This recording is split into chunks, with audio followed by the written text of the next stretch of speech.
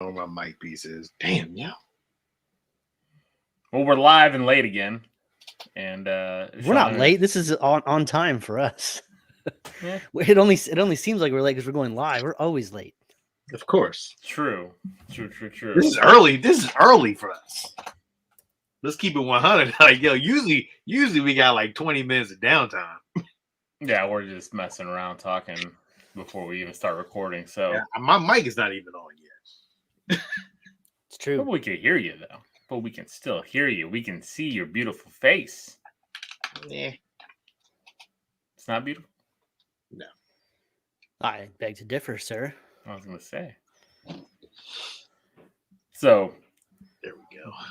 Well, now you're on. So everyone who's on with us now got 5-6 people on right now. Oh shit, motherfuckers is on. I didn't even know nobody was even on. Already. I posted everywhere. You've been getting finally. You've been getting okay.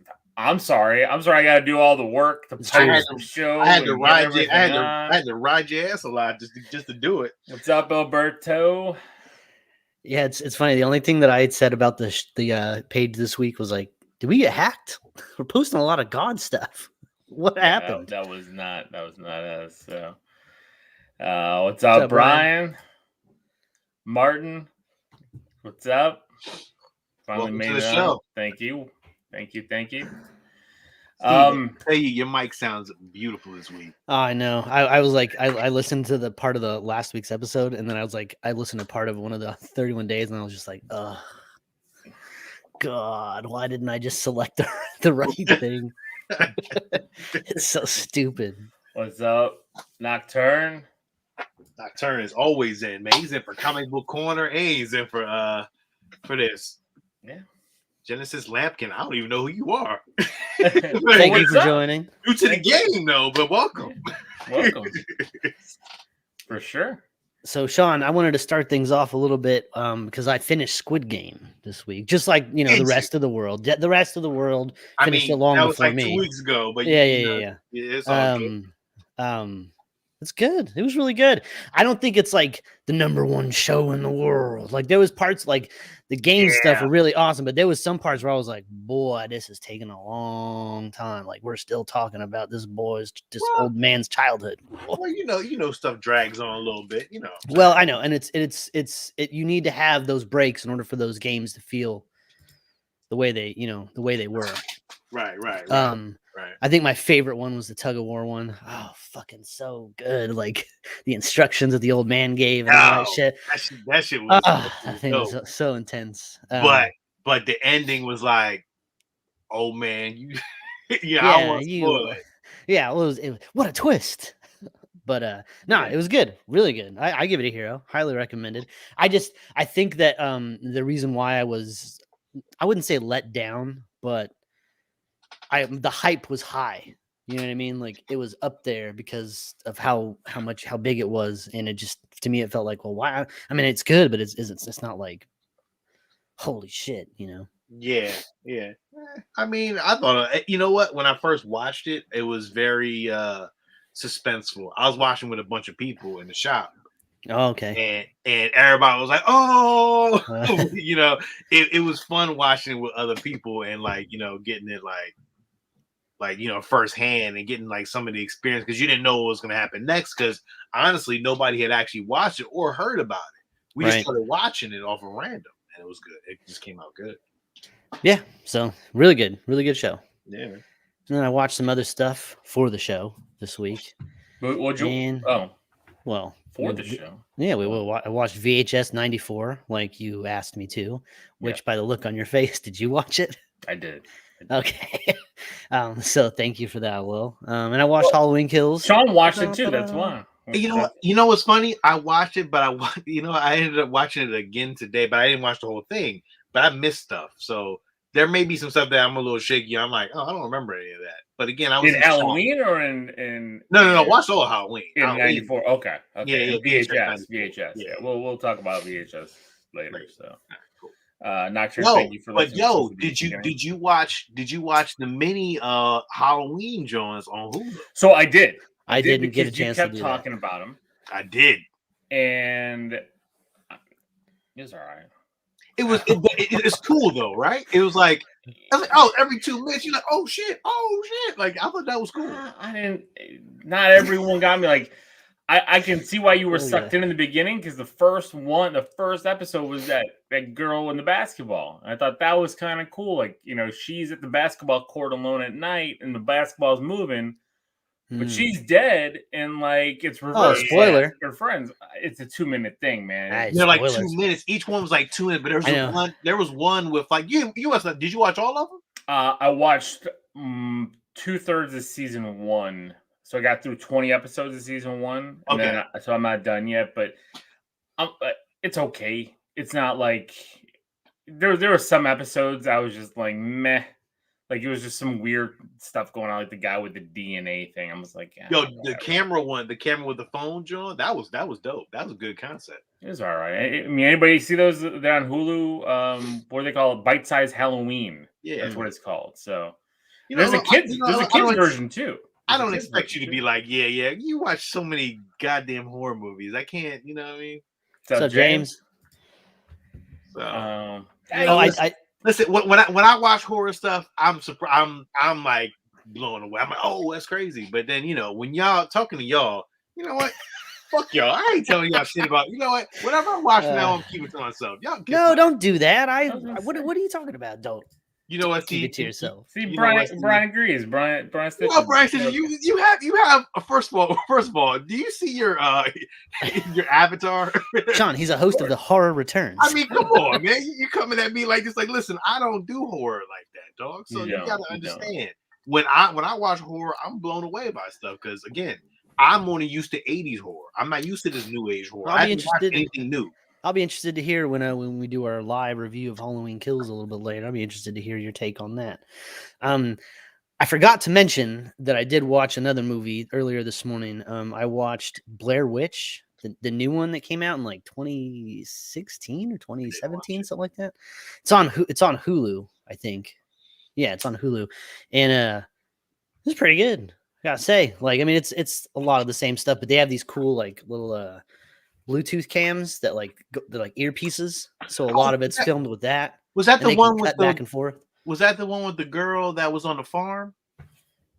The girl on the farm. Was that the new? What was that shit we was watching the other day? I thought it was Blair Witch too. I thought it was another Blair Witch or something. Blair Witch. No, well, there's Blair Witch Project, and then there was the Book of Shadows one, which is garbage. And then there's the new one, Blair Witch, that came out. It's directed by the same guy that did Godzilla vs. Kong. Was that the little girl that was brushing the little doll's hair, and then she was like, "Your mom's still here"? No, I don't know. Who was that? I forget that. Your mom's still here. That was a trailer. That was a trailer. It was a trailer. We watched. For what? Wasn't it Blair Witch? No. Shit. This was pretty cool. Like paranormal. Wasn't that paranormal? Oh, it was Paranormal Activity. That's what it was, Steve. I'm sorry. At one point, I got too confused. My bad. At one point in the movie, they have those little stick figures, those little Blair Witch stick figures. Yeah. One girl she fucking rips one down and snaps it in half, and one of her friends completely snaps it in half. You're like, oh shit! Like it's pretty good. Can somebody answer Tommy's request? I'm here for you, Tommy. Hey, I was about to say, I'm here for you too, man. You got to live on both the coasts. I ain't got nothing to do with that. Did you guys play the Blair Witch game? I started to. It got confusing. Like I was running around. I was like, "What the fuck am I supposed to do?" I'm just running around, shining my light. Yeah, I downloaded it and then I deleted it. I was like, "Yeah, I didn't like it." You kind of meh this week. It's been a meh kind of week, but although, so I watched something new that came out this week. I watched episode 1 of Chucky, the Child's Play series. That's streaming, or it's on Sci-Fi and USA. But the first episode was no, Tommy, we didn't do the new Halloween yet. We're gonna get to that. We'll get to that. Is it better than the Child's Play remake, the reboot? Oh yeah, I didn't like that. Better than the Mark Hamill. Yeah, it was way better than that. Way better than that. Some good kills. Steve, this follows the trilogy like Curse and Cult to Chucky. Like this is all. I started to what like that those. is. Well, that's what I'm saying. This is almost like a direct sequel of those. Like The one with like where old Andy has like the head of the original Chucky in the box. Andy is showing up here. Like Nice. he calls, and you see it in one of the trailers, but I just wonder how far they can push it on. It's USA. a different take. It's not too bad. It's not too bad. What's hey, that? Jason. Quiones. Jason. He hasn't seen you in months, Sean. He hasn't seen me in years.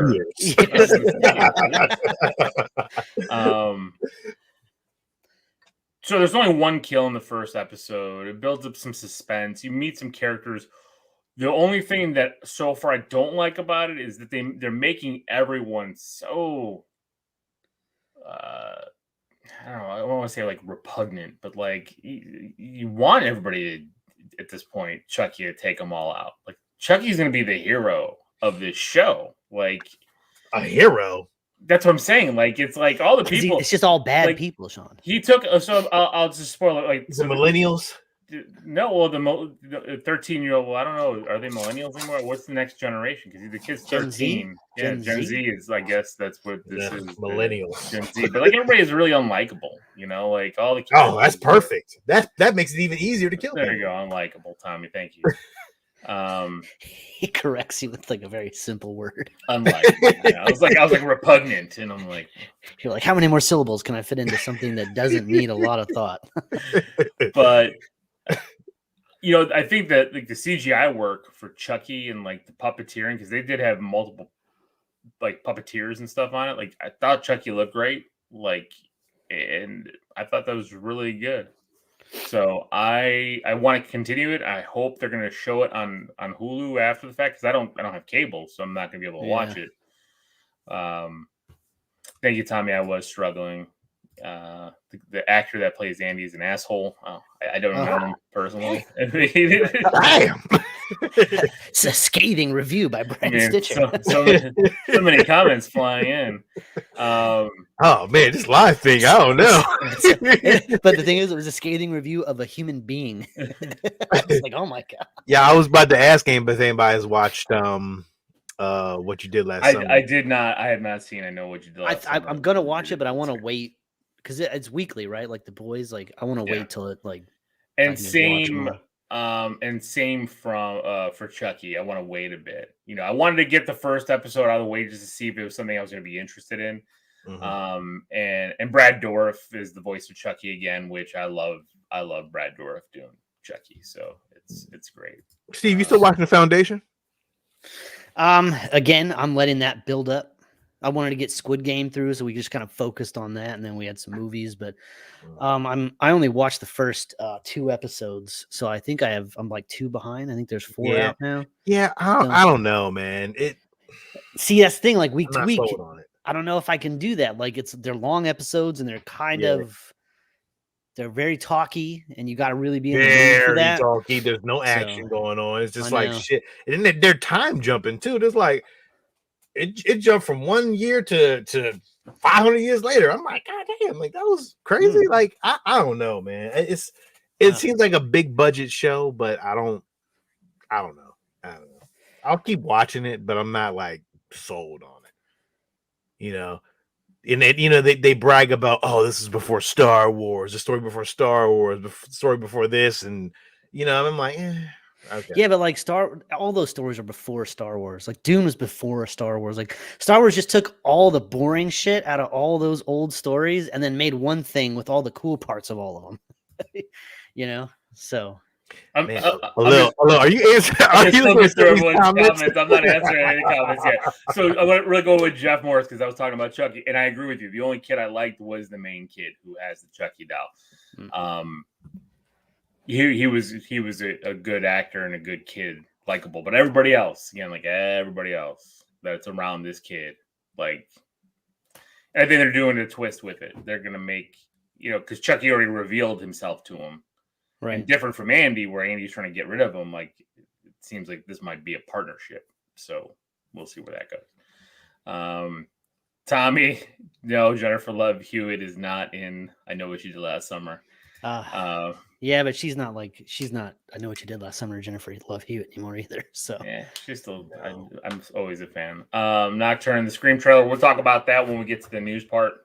We will. Because lots of trailers to talk about. Lots of trailers. Man, DC Fandome happened today. I don't know if you guys watched it at all or any of it, but like I did. Watch it, but I watched it. I watched the trailers anyway. Yeah. Sean, Steve, you watched Foundation, right? You've been watching Foundation. Well, I've watched Foundation. Sean, yeah. Okay. Yeah. It's kind of boring. I agree. It's boring.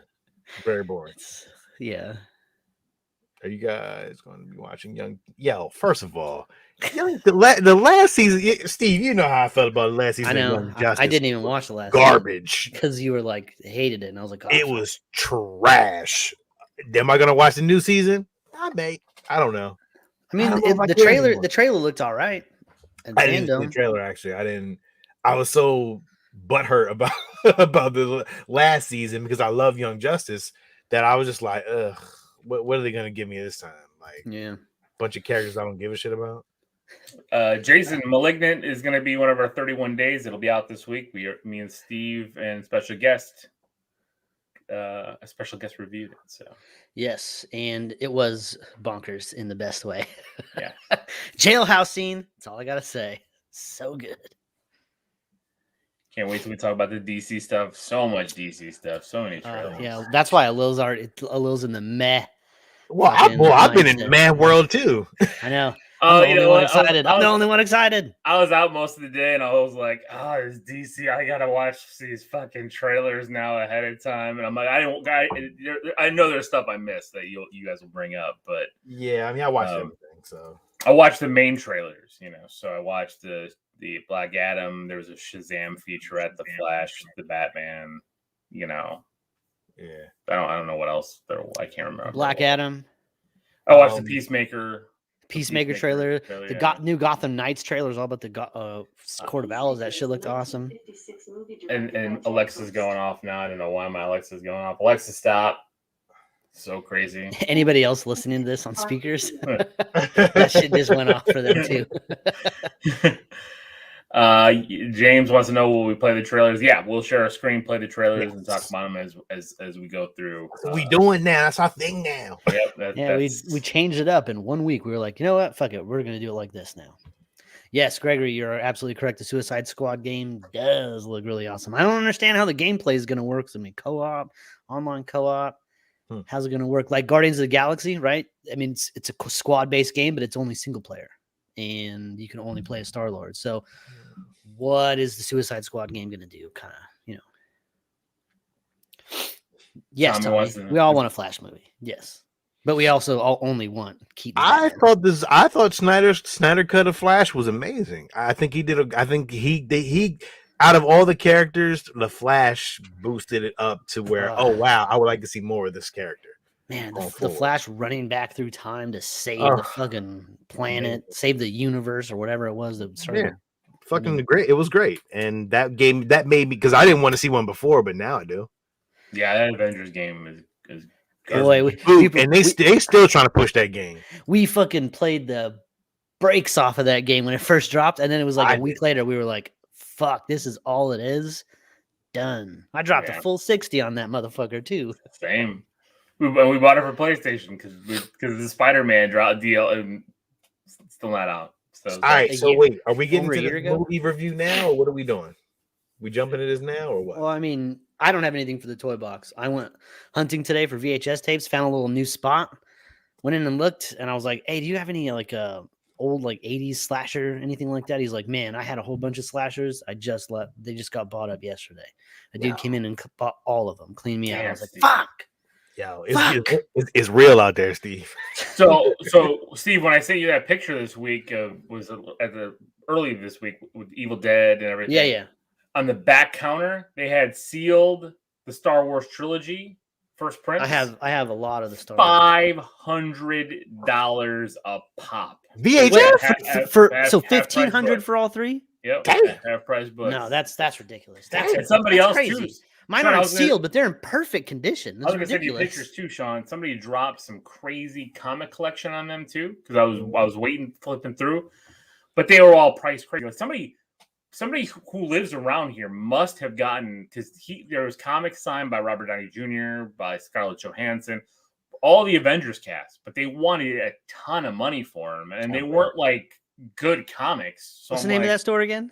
Half Price Books. Bullshit. That real bullshit. That's like going to the dollar store and there's like, why is this $10?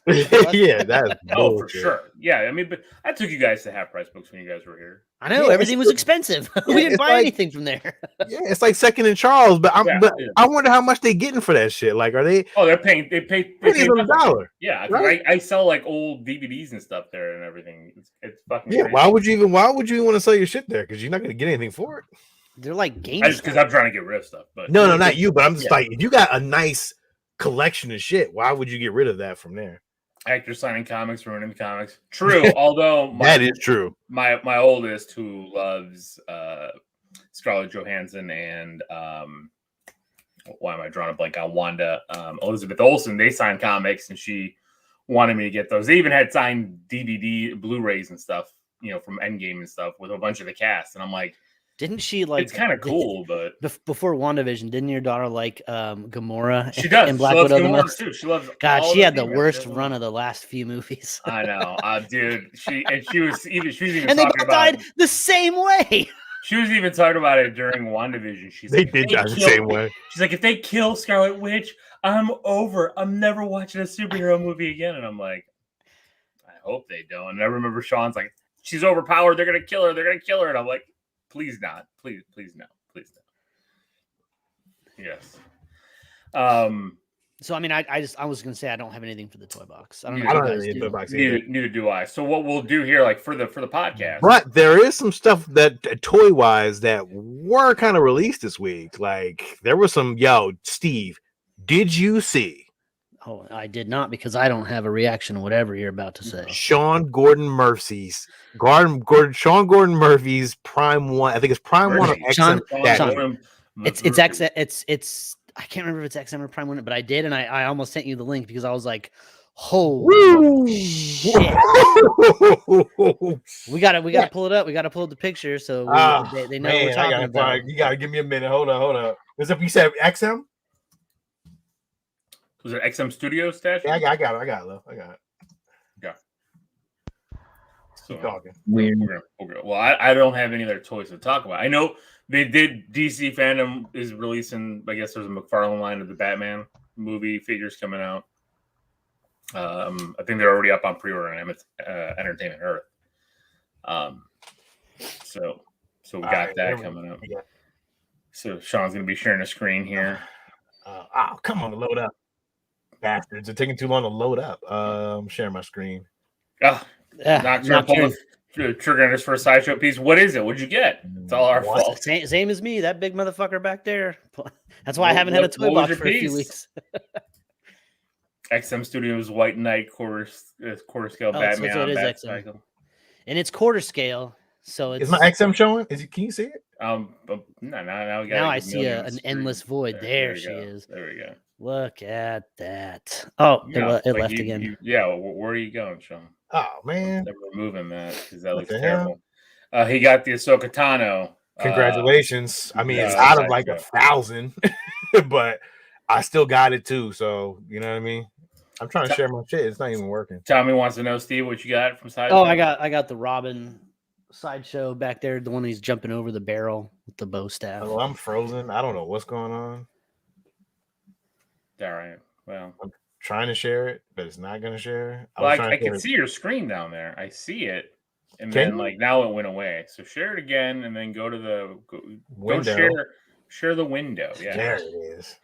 I had to separate it. It's like one of those videos where you watch people almost do something for 10 minutes. Look at that motherfucker motherfucker right there. Golly, that's nice. That is probably the best Batman statue I have ever seen. Like that because it's Sean Gordon Murphy's style, but it's realistic at the same time. Like, look at that detail. I need this. I really do need it. Look at that. Look at the control. Look at the little computer on the control panel there. Yeah. I need the this. rebar sticking out of the ground. Holy shit. You need this. It. Thanks, Jeff. It's $2,400. I know for a quarter scale. Oof. I mean, I'll never be able to get that, but it's really nice. I mean, wow. I might have to start the investment now, dog. I might really need this. God, it's so pretty. It's really good. You better start pulling a Leo DiCaprio in Basketball Diaries. The cape too. The cape just fucking shooting off to the side. Yo, that's a beautiful piece, man. He's got those Dolly Parton boots on. Whew. But the one problem is, I think it's actually because of their license. It's not US. It won't be a US release. I think it's only a overseas release because of the license. You'll have to ship it and pay. Yeah, that price is. So on top of paying $2,400 for the piece, yeah, then you got to pay shipping at least $200 to ship that. I know. No more than that though. I think at this point it's probably like $500. And you're going to be waiting for days because those ships are just sitting out away from the ports. No, days was like not. It wasn't a figurative, a literal thing. Yeah. It was. Yeah, but you're going to be waiting a while to get your hands on that. And the worst part is these statues are. Oh, we lost on price because this week also they released. I'm frozen. Sorry. Yeah, I'm just jumping around the website and keep freezing. Sorry. We'll get. But Sideshow, not Sideshow, but another company released a RoboCop statue this week. Oh, I saw that one. Yeah, it looks like yours though. Yes, it does. But look at the price on it. I know. I saw it. Here we go with the RoboCop. This looks just like your RoboCop. I mean, almost to a T. But out of 500, it's sold out already, Lil. Yeah, for $1,000. I'm like, this is $1,000, but it's sold out. It was just released this week. Yeah, estimated shipping is $375 to $500 because the weight. Oh my god, of those large. God, look at that RoboCop though. Fuck, I love that. Yeah, thanks for the info. Bluish metal color on that. You know what? Sean's RoboCop is just as nice, and it is, and just as cheaper. I got mine at half the price. Yeah, I was gonna say. So it's a nice piece, though, man. I can't lie to you. It is a nice piece. I do think it's good. I just wanted to run some stuff. I mean, we don't collect action figures anymore, but I know. Well, I was the last one holding on to that. You were. I mean, we can talk about the Batman line if you want. I mean, I don't care, but the McFarlane line. He's making more Batmans. Well, from the movie, right? They look all right, I guess. And they're getting into the premium statue game, Sean McFarlane. They bought DC Direct and something else, and they're releasing like quarter scale statues for like I think it was like $150, something like that. So they're a little pricier than like your average. We're going on Entertainment Earth. Here we go. Yeah, no, this is Toy Arc. Oh, Toy Arc. Sorry. Yeah, got to get Toy Arc some love. This is the McFarlane DC Direct update from DC Fandome. Ugh. I don't know if I like that one very much. I don't like that either. That looks terrible. I like the Joker one, that one, because that's Greg Capullo art. That thing looks awesome. Yeah. So how big are these? I don't know. They're quarter scale. Oh, they're quarter scale. $150? No. I'm sorry. I think they're 6 scale. Sorry, not quarter scale. Okay. 6 scale. Well, then that makes sense. Yeah, they're getting back into the Batman black and white line. Yeah. Meh. Don't need to see Todd McFarlane. Don't care about him. Hello, Todd. Yeah, I mean, I don't know, man. I don't know what figures are really that worth to see, but no, it's about like that's the multiverse line. I do not like the way that Riddler looks. It looks like a serial killer. That's what they made him. Yeah, I don't mind it from the movie trailer. I mean, we'll talk about when we get to the He looks cooler than Jim Carrey looked. I mean, shit. I don't know, man. That package that Jim Carrey had, Jeff Morris. Man, Jeff, you're on the game tonight for us. Oh, it's 110 scale. 110 scale. Oh. So that's Iron Studio shit. That's what that is. So. Yeah. I'm not a fan of any of those, so I can do without those. I mean, the Batbike looks cool. I mean, the figures look cool if you're a figure collector. I mean, it's nice. I might keep up with like the vehicles, like that Sean Gordon Murphy, the White Knight Bat Cycle. That one's out. I might pick that one up. Yeah. I have the other vehicles still. Like the vehicles are cool. They don't articulate, they just sit there. Yeah, true. Meh. It just reminds me of just the whatchamacallit of what's his name? Christopher Nolan stuff. So I mean, it's funny when they were talking about it, they were like, nobody's ever done it real and gritty before. I'm like, kind of did, but at the same time, this is more in the vein of like Seven, and even in like the Christopher Nolan movies, like you saw Batman's origin story, you saw him train and come back, and Batman Year One for him, he was like full on fucking go time, like he had all the shit. Yeah. And this one just talking about how it's like a slow build up to getting to that point. So he's, I don't know. I'm open to it. I mean, I guess we'll talk about more when we get to the Absolutely. Yeah. So are we doing the review now, Lil, or do we jump into that, or how do we do this? Sorry, Jeff. The Batman the Riddler says there's 6 go. Oh, okay. Thanks, Jeff. Yeah, so what we're gonna do here, so like while we're doing live, we're gonna just do everything. We're gonna do it all live. We're gonna be on as late as it takes for us tonight.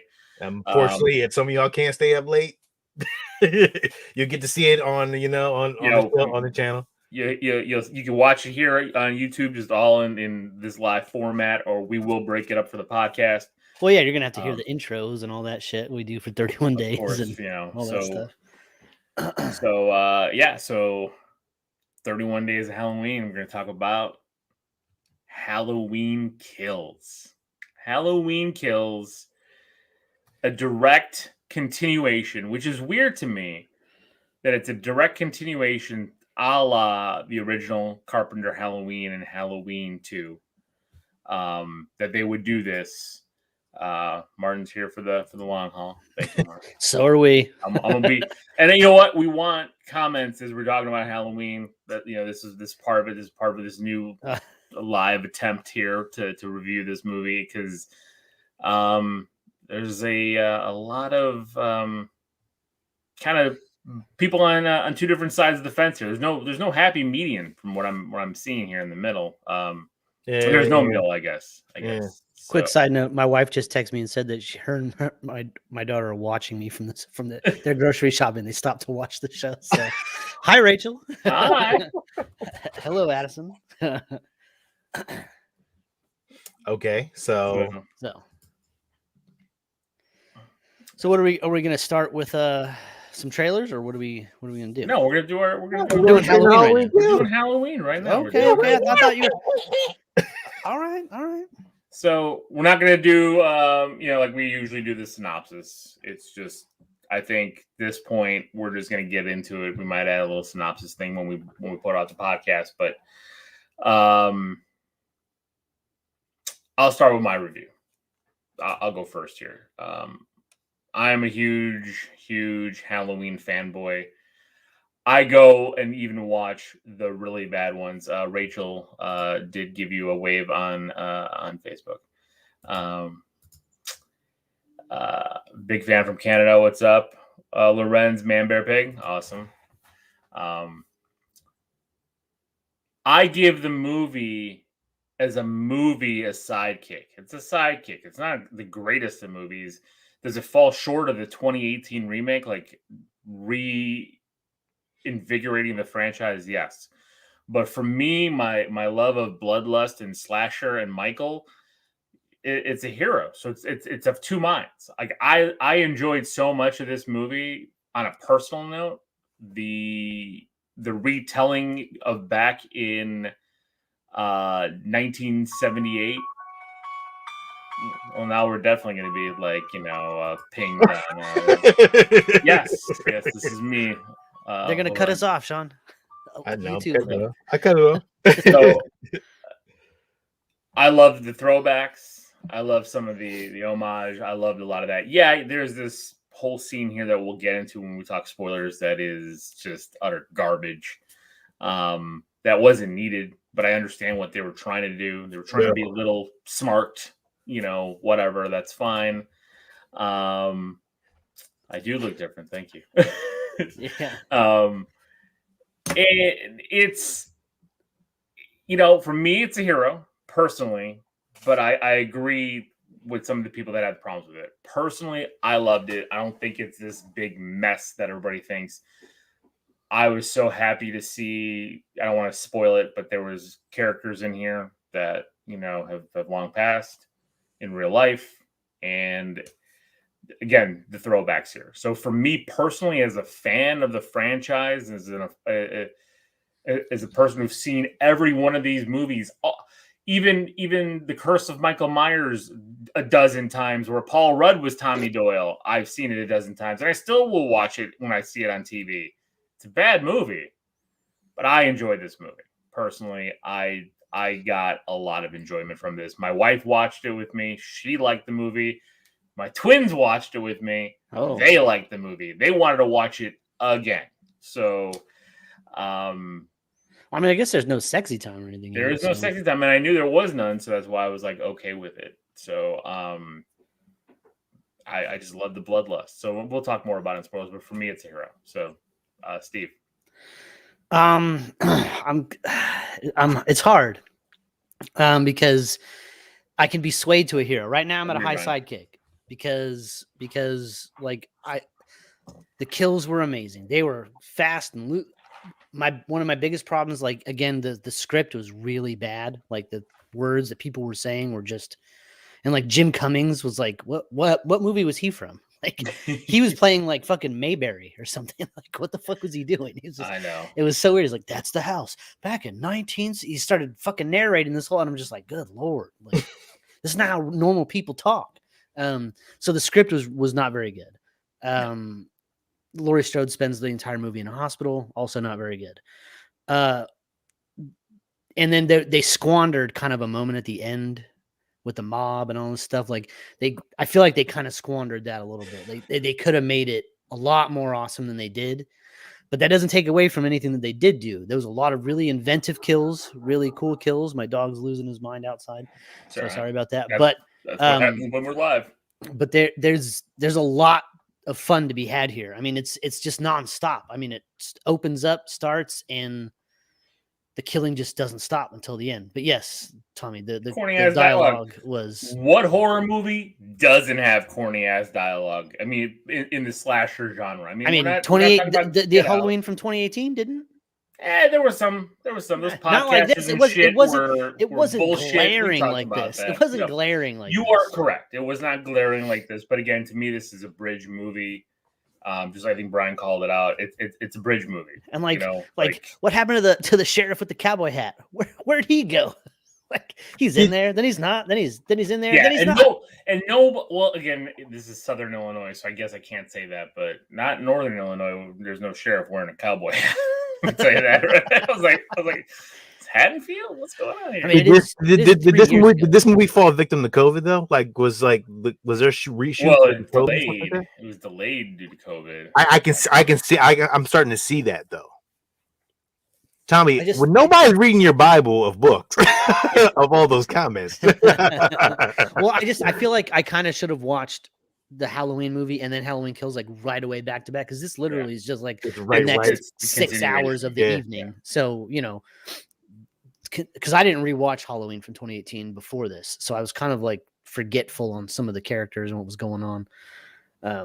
But I really liked it. You could sway me a little. You could sway me to a hero, but I could also be swayed down to a regular ass sidekick too. I can see Tommy being right though. It was supposed to be to bring the franchise back. But I still think they can do that. There's still a third movie that they're setting up here. I agree with this entire movie was just a setup. It was the interstitial between movies 1 and 3. But again, when I'm thinking of Brian, like we're speaking the same mind here. This is the same thing I was just about to say. Like when I think about Michael Myers, when I'm watching Jason Voorhees, I'm watching for people to be fucking wrecked. And he was a wrecking ball. He just went right through fucking Haddonfield, and little kids didn't fucking get the special treatment neither. So they ran off. And there was not one of them didn't. One of them got. And I did like the callback, the Easter Halloween egg, 2, Halloween 3. Halloween 3. Sorry. These are the witch masks, baby. Yeah. That was pretty cool. I was All like, right, so nice. let me jump to mine. Because again, I'm not the horror buff, but again, 80s horror is my bag. I grew up on that.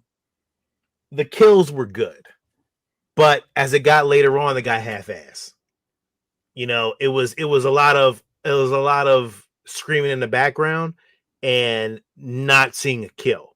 In the beginning, the kills was like, damn, like, yo, through the neck, knife game, like bat, like, you know what I mean? Like, there was a lot of kills, like, and oh my god, the fire part, that shit was the firefighter part was awesome. I was like, they about to get their shit taken because Michael Myers stepped out, was like, and it was just like. Let me interrupt here because Tom, where do the witch and pumpkin mask come from? Tommy, the kids, when they played the prank on the guys that lived in Michael Myers' house, they were holding the masks on them.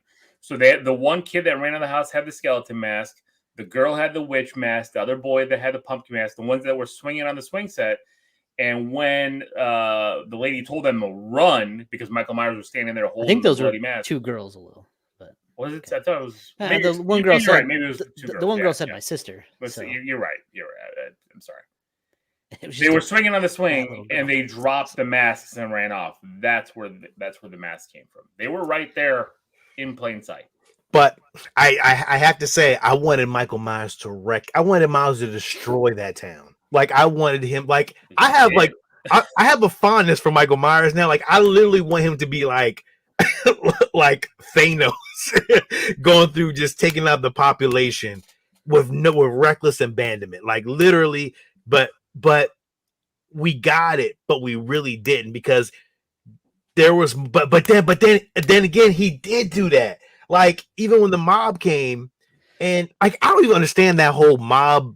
That's hospital shit. That was dumb. The hospital part of the mob was dumb. That was fucking the end dumb. of the mob I liked because I liked. But see, I didn't. But at the same time, they were saying like, like Michael Myers set all that up because he let somebody out, and then that set up that shit. But that was a guy. Well, he didn't set up. That was a guy that got let out. He didn't set it up. That was a guy that got let out in the first movie. There was like 8, there was like 10 fucking or whatever people. I was pissed because this could have been just like the end game of like Halloween, and it could have just had that Laurie Strode versus fucking Michael Myers moment, but it didn't though. We're gonna get that in Halloween. That's the next. That's what we're getting. This is the bridge. I don't want to. Is it supposed to be a trilogy? Yes. Well, and the things that Michael Myers does at the very end of this film, the last kill, is what's gonna set Laurie Strode on a fucking warpath. Right. I know, but it's just like it's so like I thought in the first one, I thought the girl was gonna take over and shit. Like the daughter was gonna take over Michael Myers. Like, she was gonna adopt those like those killer like. I agree, Tommy. That's what I wanted. But so it just didn't have everything I wanted it. But again, at the end of the day, this is a Halloween movie. This is based off an 80s movie. So you're gonna get the corny dialogue, you're gonna get the dumb shit that you're not going in with a perfect script of a Halloween movie. You're going in like with 80s kind of horror. I don't need a perfect script. I don't need a perfect script for a fucking movie that kills people. I don't get it. Here's the thing: when you get these type of movies, everyone's gonna make dumb choices. If they make the right choice, the movie's done in 5 minutes. But this really wasn't a money grab because it was on Peacock. So you know what? Though it actually did make some pretty good money. I'm pretty sure in the theaters it probably did. But it's only on premium Peacock too. So I mean, yeah. No, it's not. I got it too. I don't think it's on premium. That's the $5 version is the premium version. No, there's a $10 version. Okay, well, it's whatever that one is. It's on there too, but it's not the free version. That's all I'm saying. I get it, Tommy. I get it. You don't like it. I'm not gonna completely burn this down until I see the third one because I want to see that bridge part.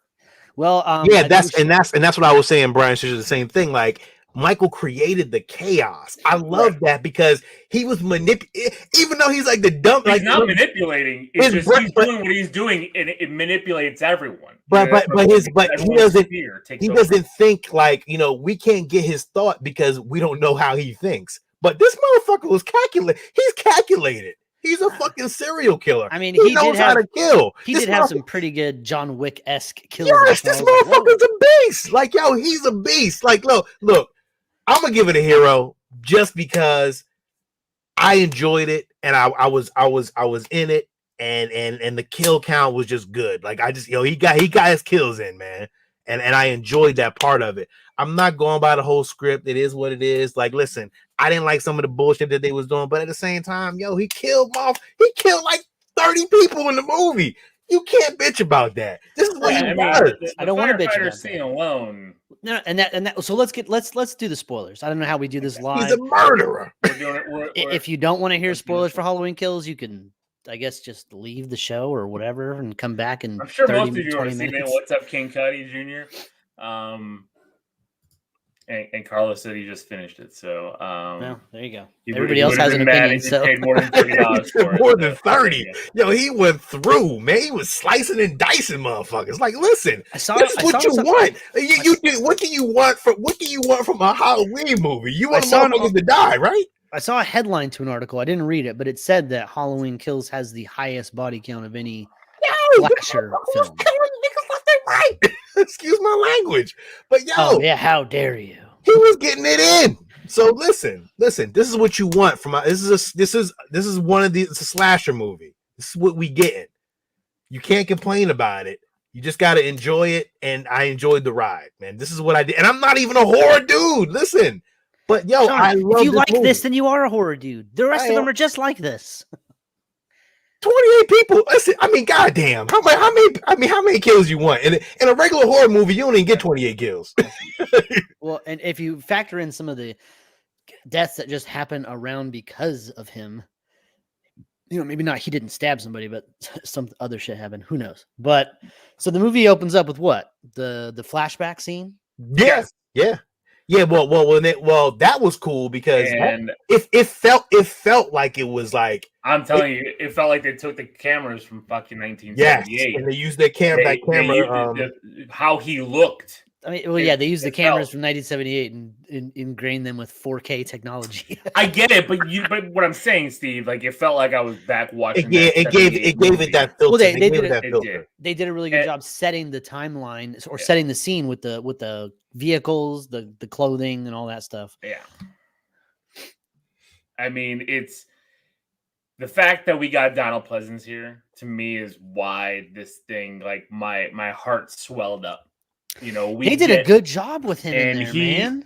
He sounded great. He looked great. Better than the fucking Star Wars movies that spent hundreds of millions of dollars when they all look dead in the eyes. I'm like, I get it. He looks better than Luke Skywalker did on Mandalorian. Just gonna put it out there. It's so true. It's just, see, they did use retro filters for the film. I'm telling you, I loved that scene. I loved Hawkins' backstory because, again, they laid it out there. He was shot 6 times by Loomis. So we already know at that point, man can take a hit. And we knew it at the end of that. He fell out of that window in the first original Halloween movie, 2-story window, hit the ground, shot 6 times by Loomis, and still went up and walked, and still was able to kill that cop. But you know, my question. Well, he didn't kill that cop. My question, my question with Michael Myers. Michael Myers is supernatural, right? No, not in this. Not in this. I don't understand. Like, this is not a normal man. At this point, he is just evil. Like Donald Pleasance. How evil you are. You get evil as fuck.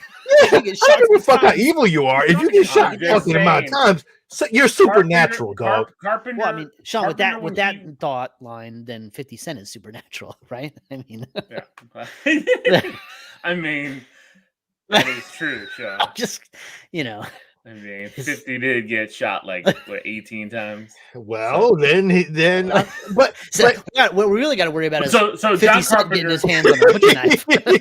That's what we really got to worry about. When John Carpenter made the original Halloween the shape, he's the shape of evil. So it's like that's why he doesn't go down. He does have a supernatural feel to him. Like it's not. He is more than just a man. He is basically like a land shark. When he was making this movie, it was like Jaws on land. You know what I mean? Like he could take a bunch of hits, He's going to keep on going. He doesn't stop. His mentality is just kill. And they even drop that line a few times in this movie, in what he's doing. But I'm so confused. It's like, yo, you can't. There's no normal man can take this kind of damage and just kind of shit and just kind of walk through that shit through the fire and just be like, yo, I'm good. You and without not even flinching. Like, but again, there are people out there that don't have feeling. There are people that can take a hit. Steve just said how many times. Although this man is supernatural, I don't give a shit what you say. He's supernatural. He flows off of fear and anger, and he's supernatural. They're not giving him that plug, but he's supernatural. Well, they say as much, Sean. I mean, Laurie Strode literally says in the hospital, like, the more he kills, the more he transcends into something else. Yeah. I don't know, you know. but this the crazy part. What is he transcending into? I don't think it's stupid. They already proved it again. He was shot 6 times in the first movie in 1978. But this is the question, though. But this is the real question, though. PCP. Just fucking make the yo PCP. Yo, just make him supernatural so this debate can go over. Like, yo, I'm okay. Like, yo, if he's supernatural at this point, they say, yo, he's supernatural. All right, cool. It is. Like, listen. I'm okay with that, but stop telling me this motherfucker's real, like as a natural person, because he's not. Yo, he's not. He's a supernatural man. Okay, that's fine. But let's just say he's able to take these hits and keep going. It's just what happens. It's also funny how like he can just pop out of nowhere when you're not expecting him, but if you like look at him and run away, like he just walks. Like he doesn't. There's no Bob. Like nobody's doing the shake moves and nothing. Like you can shake this dude. It's not like you can't. He doesn't run, so if you want to get away, like as long as you like, you know, have some decent lung capacity, you should be all right. Yeah. Just run. Yeah, he's not catching Usain Bolt. like he's not catching that man. You could escape Michael Myers with a pair of motherfucking rollerblades.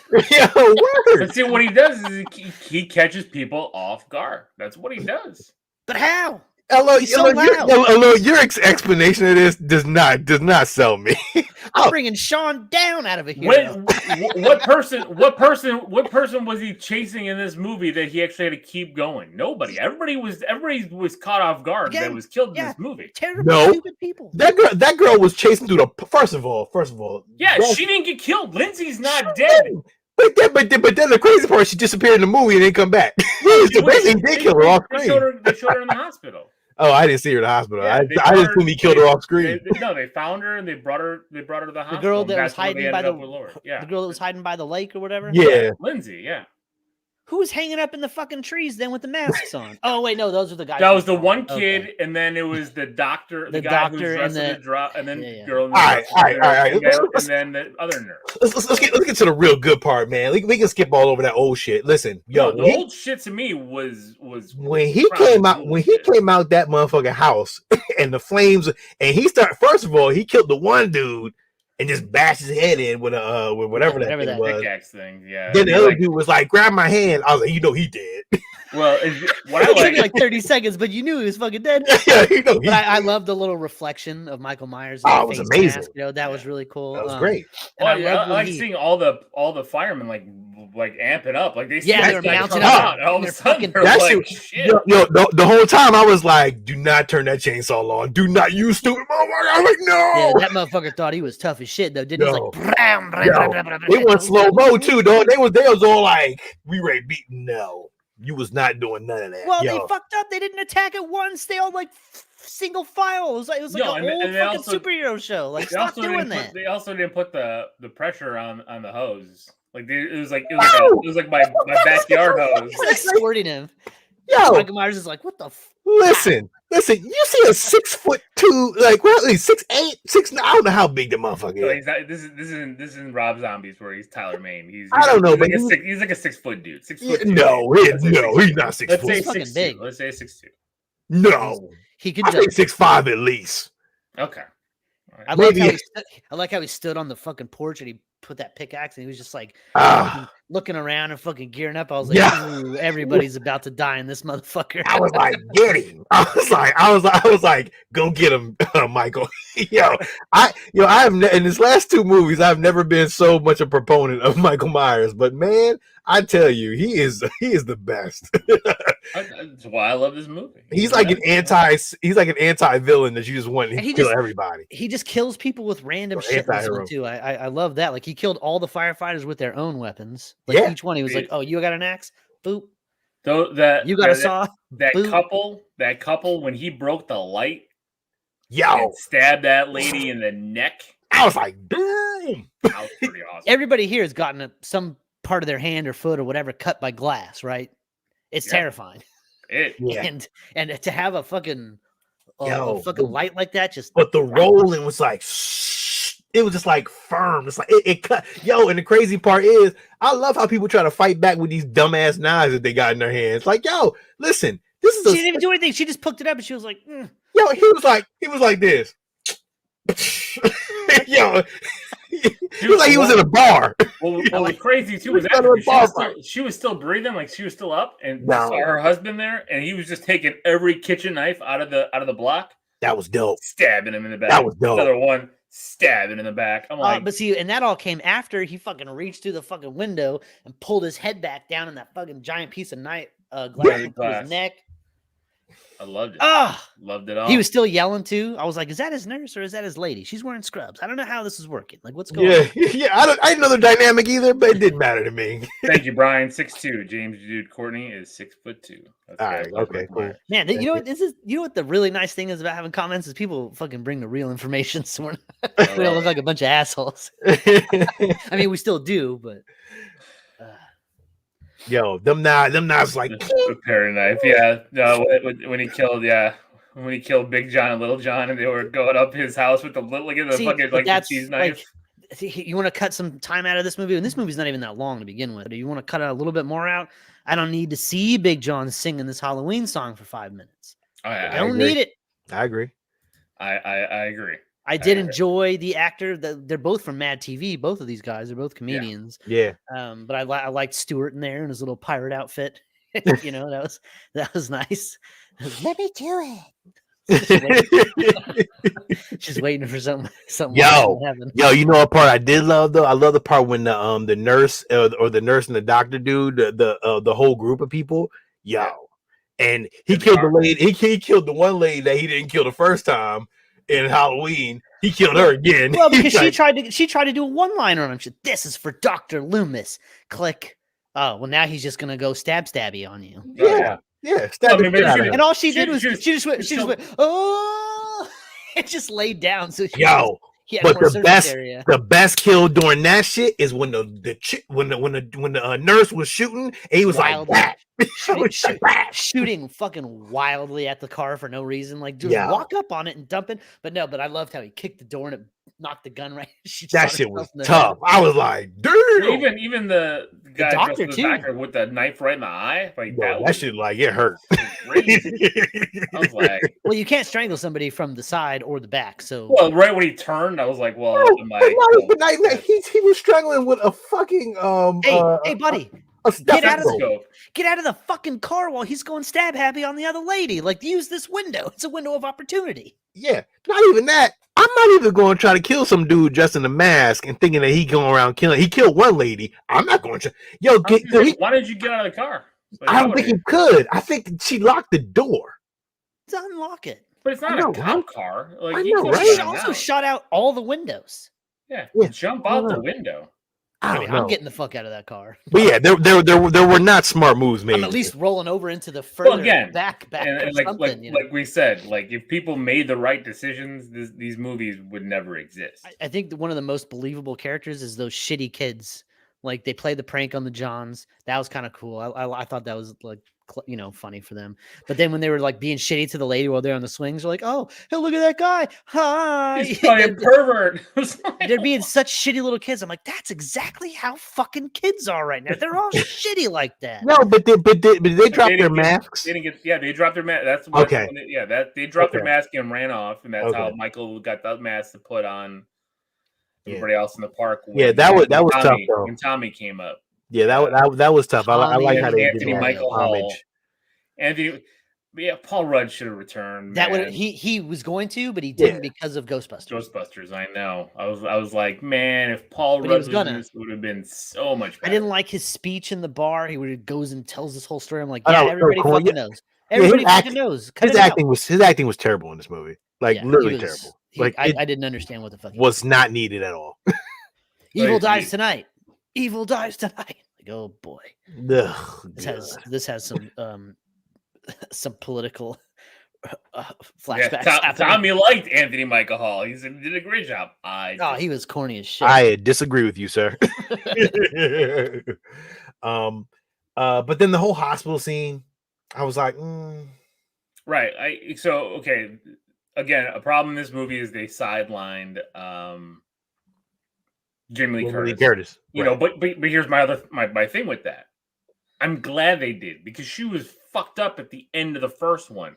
Yeah. So if they didn't, and they, she tried, she's injected herself with morphine or whatever, and tried to keep going. I'm glad it was a little bit more realistic rather than her suiting up, duct taping herself, and fighting Michael. So I thought that made sense. That works when you're talking about the whole story.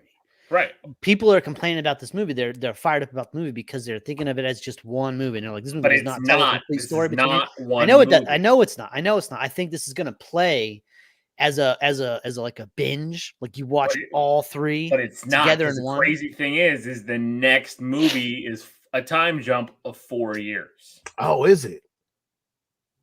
It's 4 years later. Damn. That's what the director and the writer said in a featurette I watched. Jamie Lee Curtis also in an interview said that the third movie is going to make a lot of people angry. My guess is she's going to die, so that's where I'm at.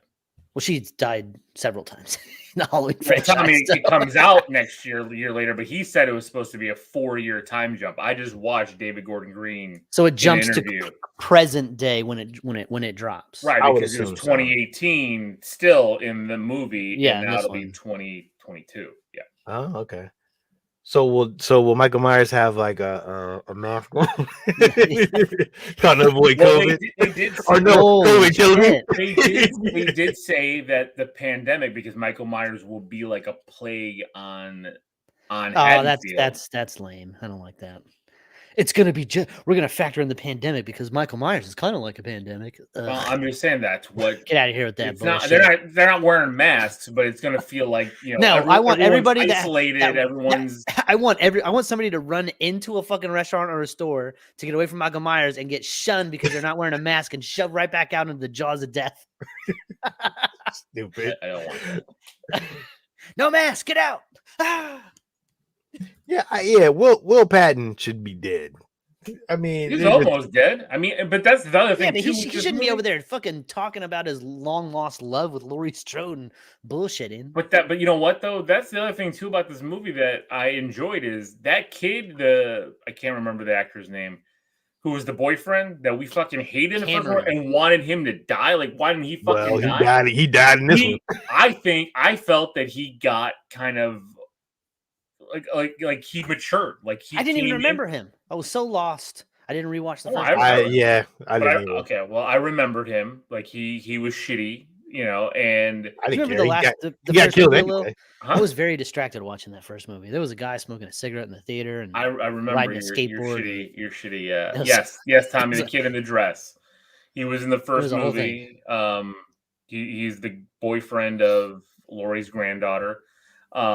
I like that. I like one that he saved Will Patton, that he didn't like leave and freak out or do something stupid. Like he was sitting there like he actually stood up and did some like. Man, fuck him. He got killed. Well, then he got killed. I mean, he didn't really. He got his comeuppance. Yeah, and I did like that scene in the hospital when the kid that got put on the pike on the fence. His mom showed up, seeing his dead body laying there. I thought that was kind of again good scenes.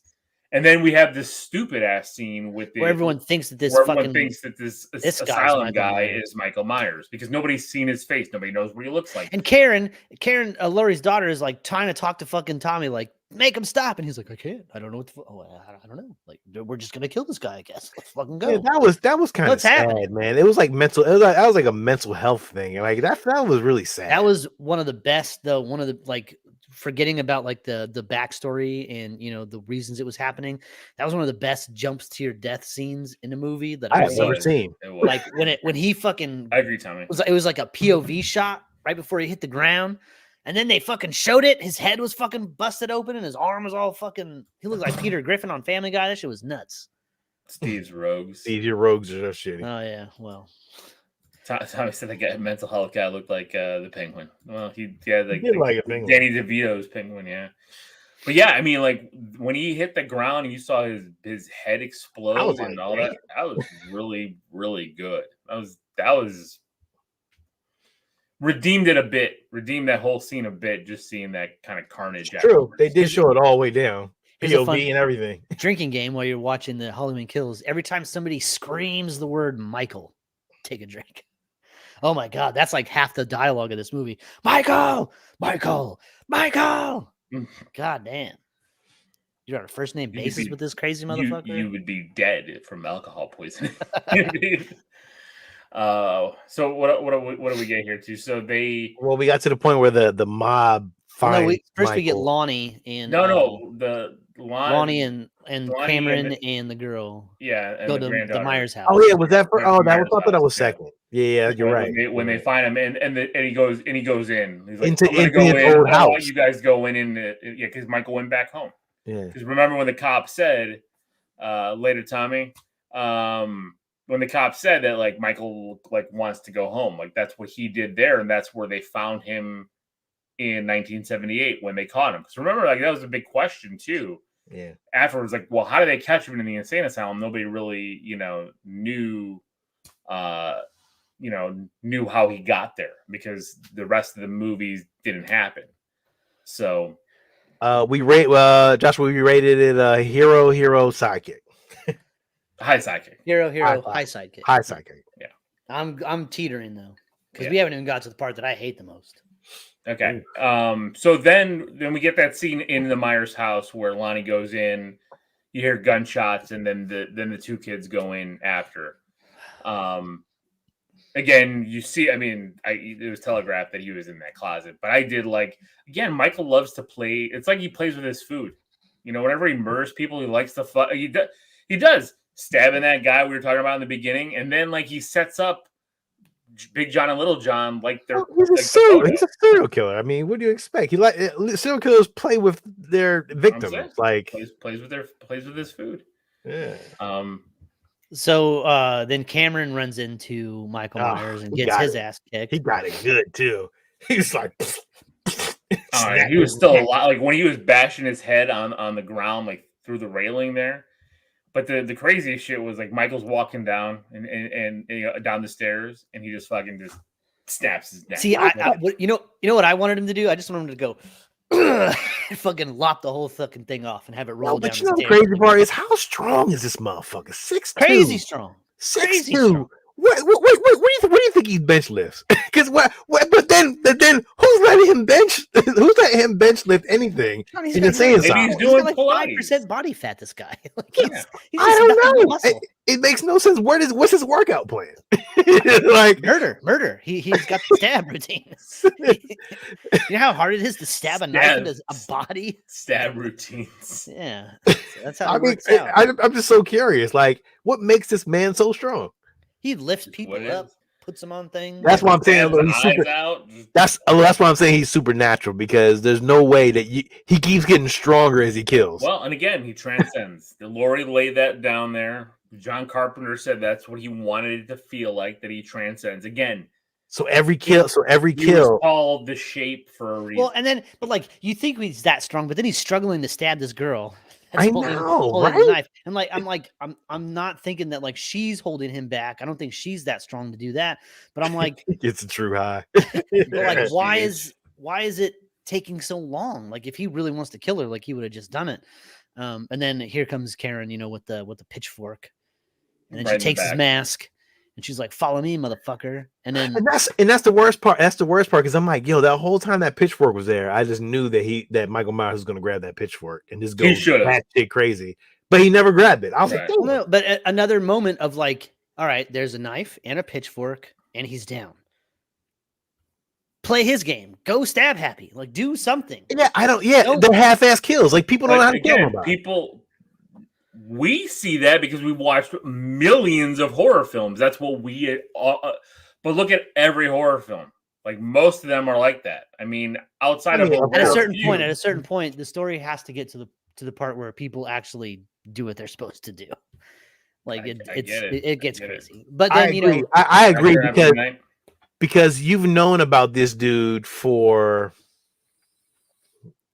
decades. You've known he's been in an asylum for 40 years. Like he hasn't been running roughshod because all those other movies didn't happen. But everyone knew all he did was kill 3 people. Yeah, but they didn't know that he was out until this movie. They didn't know that like anything was happening until this movie started. But none of those people are thinking that. You know, and none of these people are trained. So you see how they're attacking him. They're not attacking so let's get to the mob. Karen makes him chase her to the mob, and I thought this scene was great when everybody pulled up alongside of him. I liked that he was swinging the knife and people were dodging that shit. Like, nope, I'm Neo, motherfucker. Wham! You know, and they beat the ever-loving fuck out of him, shoot him another 5 or 6 times. They essentially beat him to death. But almost. But here's the thing. Here, I like this scene. I thought this scene was great, and I knew he was going to get up and kill everybody. I knew that was going to happen. Well, not everybody, because half the crowd disperses, or whatever. But I didn't like how they shot him killing everybody. It was it was a strange, like artsy choice where it was this one spotlight, and it was like this smoky, and everything was dark. It wasn't the street anymore, you know, with the leaves and the fall and all that. It was this weird, like backlot shot of him killing one person at a time while nobody else was attacking him. And I'm just like, ugh. Well, like you already proved that like he can kick doors into motherfuckers and make them shoot themselves. You already proved that he can do a bunch of crazy inventive shit. Have him go off, do a wide shot, and it's just dead. Take this guy's gun, point it at him, have him pull the trigger, take this other guy's 2x4, smash it on that dude's fucking knee. Boom, boom. You know, like really show him work this fucking crowd. Instead, it's like a still shot of him stabbing a guy through the arm, and it's another shot of him stabbing the lady through the back real slow. And it's like, because at this point, this is where Jamie Lee is talking, and I didn't like it. I didn't like this. I understand. I didn't like any of this. I understand that, but the thing is we had the carnage in the beginning. I think they wanted to go with a different view of it. I agree with you. Give me that carnage sandwich. I don't want to eat the fucking. I agree, but I think to me it redeems it. To me, it redeems itself with the end kill because I thought that was kind of lackluster, actually. But again, but did you really see it coming? I mean, no, but like I didn't like how it would have been more effective if he just fucking one gutted her real close and just, you know, fucking stared at her and shit while she died. Instead, he was just like, like it just looked weird. It wasn't, you know, and she's screaming and all this, and I don't know. I wasn't a fan of any of this ending, how it was shot, how it was framed. I agree. I wasn't a fan of any of this, and that's. I'm not against you on that. I agree. I think it went a little weirdly artsy. You know, with the screams, especially when he killed Tommy, and like, you know, you got that like. I know it wasn't. Like, look where he was. Yeah. It was. That's why I said. That's why I said. Did the pandemic get catch this movie because it seemed like it wasn't shot the way the whole movie was shot. This scene was shot where they could only bring one person on set. Yeah. It was like a half-ass shot because of COVID. And you never know. That might have been it. I mean, I guess we'll find out down the road if that did impact it. But that's to me why I look at this, because again, it's not an ending. It's an ending, but it's not an ending because we know that there's a continuation. There's still that story. But you can't. But that's not a good excuse, though. That's not a. It's just like, to me, I look at like Lord of the Rings when the Two Towers ended. It was an ending, but it wasn't an ending. You know, because like the Two Towers ending was. The Two Towers ending was all right. It was the Fellowship of the Ring ending that was like, what the fuck? Yeah, okay, it just drops. Yeah, but like, you know, even Halloween Kills or the Halloween when from 2018 when that one ended, you knew it was going to continue, but there was an ending. You know, you could feel satisfied, like, all right, I know he's gonna come back, and that's fine, but like this was a good ending. Here it was just, I get that it's set up, but I don't know what else to say. Like it's just a setup film. That's all it is. I agree. It is. It's just a tee up. But you know what? I'm okay with the setup film with 28 kills. And you know what? I'm also saying that this would probably be really good watching it back to back with the first Halloween. This is probably as one film, as one setting. And that's what I always do when I watch the original Halloween. Like I used to always watch the original Halloween and Halloween 2 back to back. Right. Because to me, it's telling me one night, there's no reason not to keep it going. And I look at this and I'm like, hey, you know what? For me, you're giving me a continuation of that first Halloween. And that's how I have to play it. I get the people that are out there that like, well, it's not its own standalone. Well, I'm fine with that. I'm used to this now because we live in a world where the Marvel Cinematic Universe is 20 movies, 30 movies long. And we're getting these things where things are just not ending officially. We get kind of an ending, but not an ending. All right. Well, I mean, like watching this 3.5 hour movie of Michael Myers running roughshod on this town. Sure. And absolutely. I like the change in it because now it's not. Laurie had felt that this movie was about her. They felt that he was coming to the hospital to come after her. He wasn't coming after her. He didn't even go to the hospital. He doesn't give a shit about her. That's what I liked about this is because they changed it. Everybody's, you know, because that's the mythology. Like it's already built into your lore. Laurie's the sister. It's not. I don't know. It felt like he gave a shit about her in the last movie. Yeah, he gave a shit about her in the last movie because the doctor forced that shit. Remember, the doctor brought Michael out there. The doctor crashed that bus. The doctor steered him to her house. He took. I gotta rewatch the first one. I don't remember anything. Okay, the doctor, because that's who Will Patton got. I know. I remember that part because he's the one. He's the doctor that tried to put the mask on. Yeah, right. Yeah, and Will Patton. He said that it's never about anybody. He said he's just a killer. He's just a killer. He's pure evil. And when you hear that story about him telling him about going home, he's just a 6-year-old boy who just snapped. Yep. And he's still mentally that 6-year-old boy who, when the police officer's friend in 78, when he was telling him, like, he would just sit there. My mom would force me to go over there and play with him. And all that kid wants to do is sit there and look out the window. What fucking movie was he in? Who? Jim Cummings, Hawkins' partner. Ridiculous. Ridiculous. I like Jim Cummings, but not in this movie. But I did like that scene where he looked down at the ground, saw the footprints. They're like, to me, like all that. And then again, at the end, we get Jamie Lee's daughter out at the same window in the same house, looking out the same window, looking at her reflection. Because it's such a strong message about looking at your reflection and seeing who the really. But again, I liked having it at that point because you open the movie up as like this fucking guttural fucking I'm gonna kill everybody, and then you end it with like posies and fucking, you know, like our house film. Yeah, our house. No, I don't mix the art house with the fucking gore. Like I want unless gore. you're gonna do that for the whole movie. Like that, I think that's my problem, is that it shifted tone right at the end. Like if it was like that the whole movie, fine. But that jarring shift when I've just been watching nothing but badassery. But to me, that doesn't knock it down enough. That we've seen so many movies fail. Like I'm not comparing it to other movies. A little. You're comparing this to all other movies. You are a little. You've actually went off and said 80 different movies already, and you've compared it to every single movie. And I have because the thing is I think people are being very too hard on this movie. And I don't know why. Well, I mean, people got they got the justification. I've seen people calling it trash. This is nowhere near trash. You don't know what fucking trash is. Go watch the third I Know What You Did Last Summer movie. That's trash.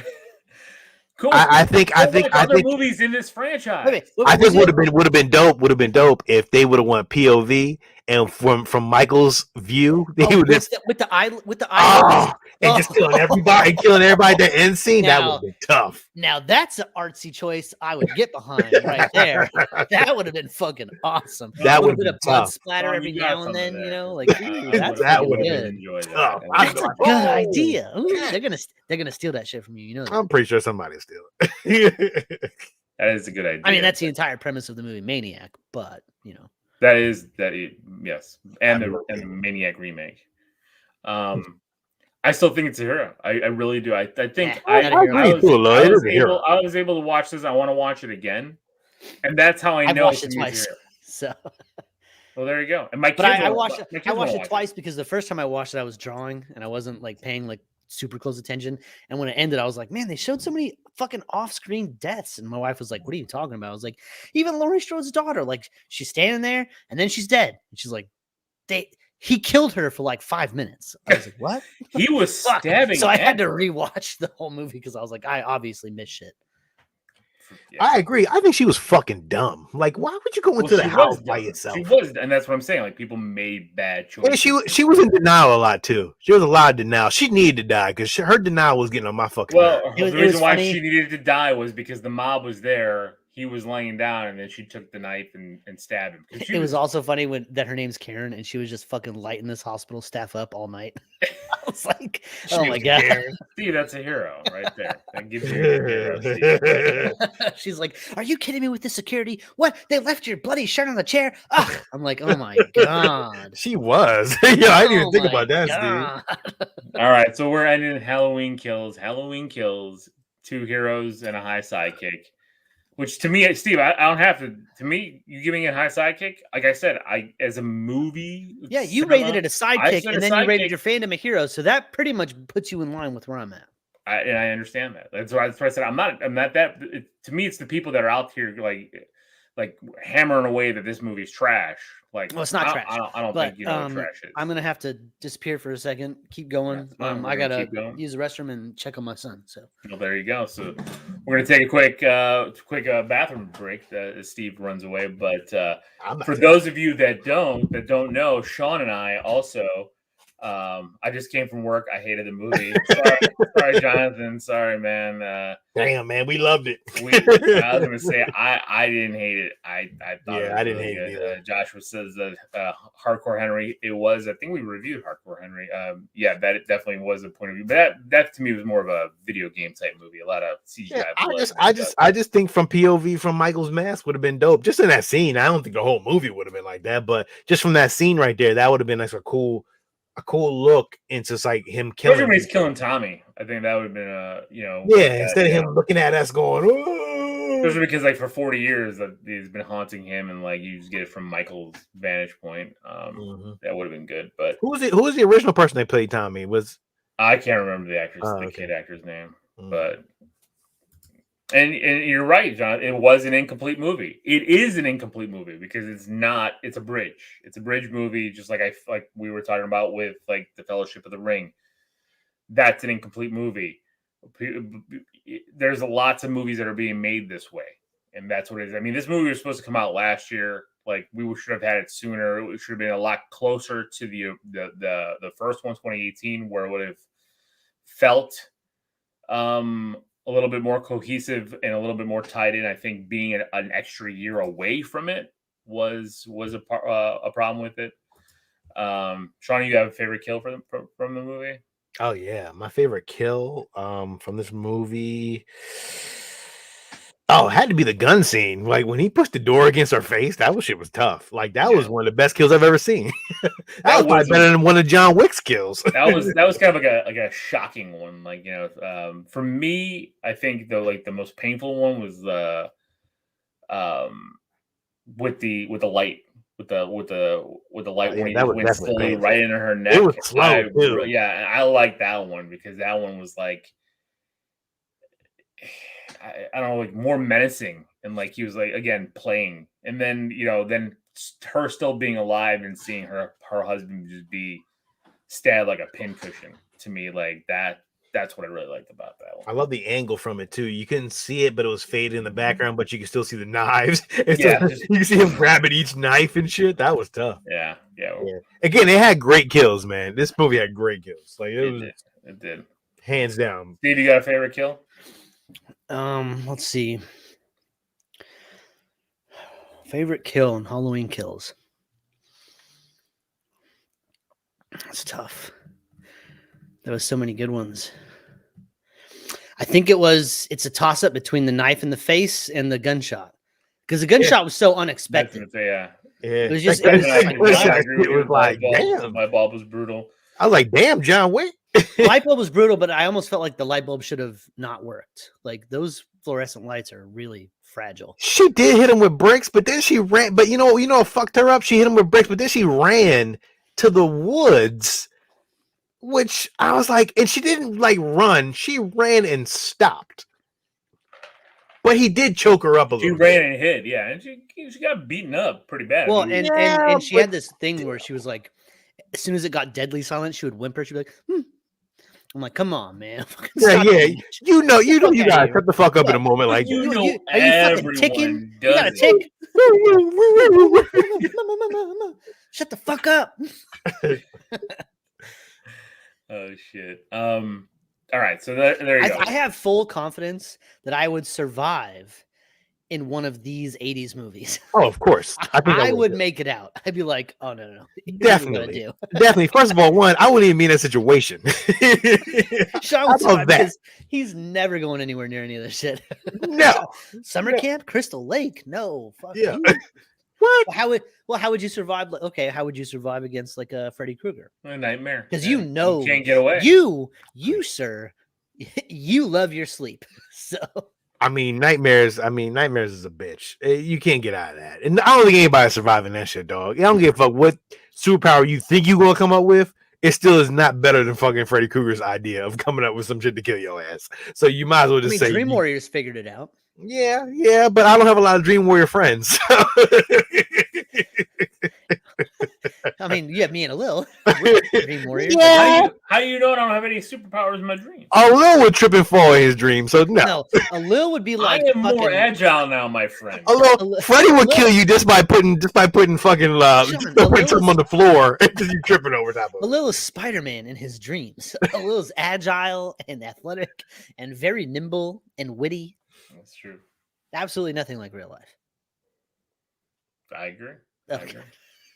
Okay, but here's the thing. So in this movie, the way Michael Myers is in this movie, right?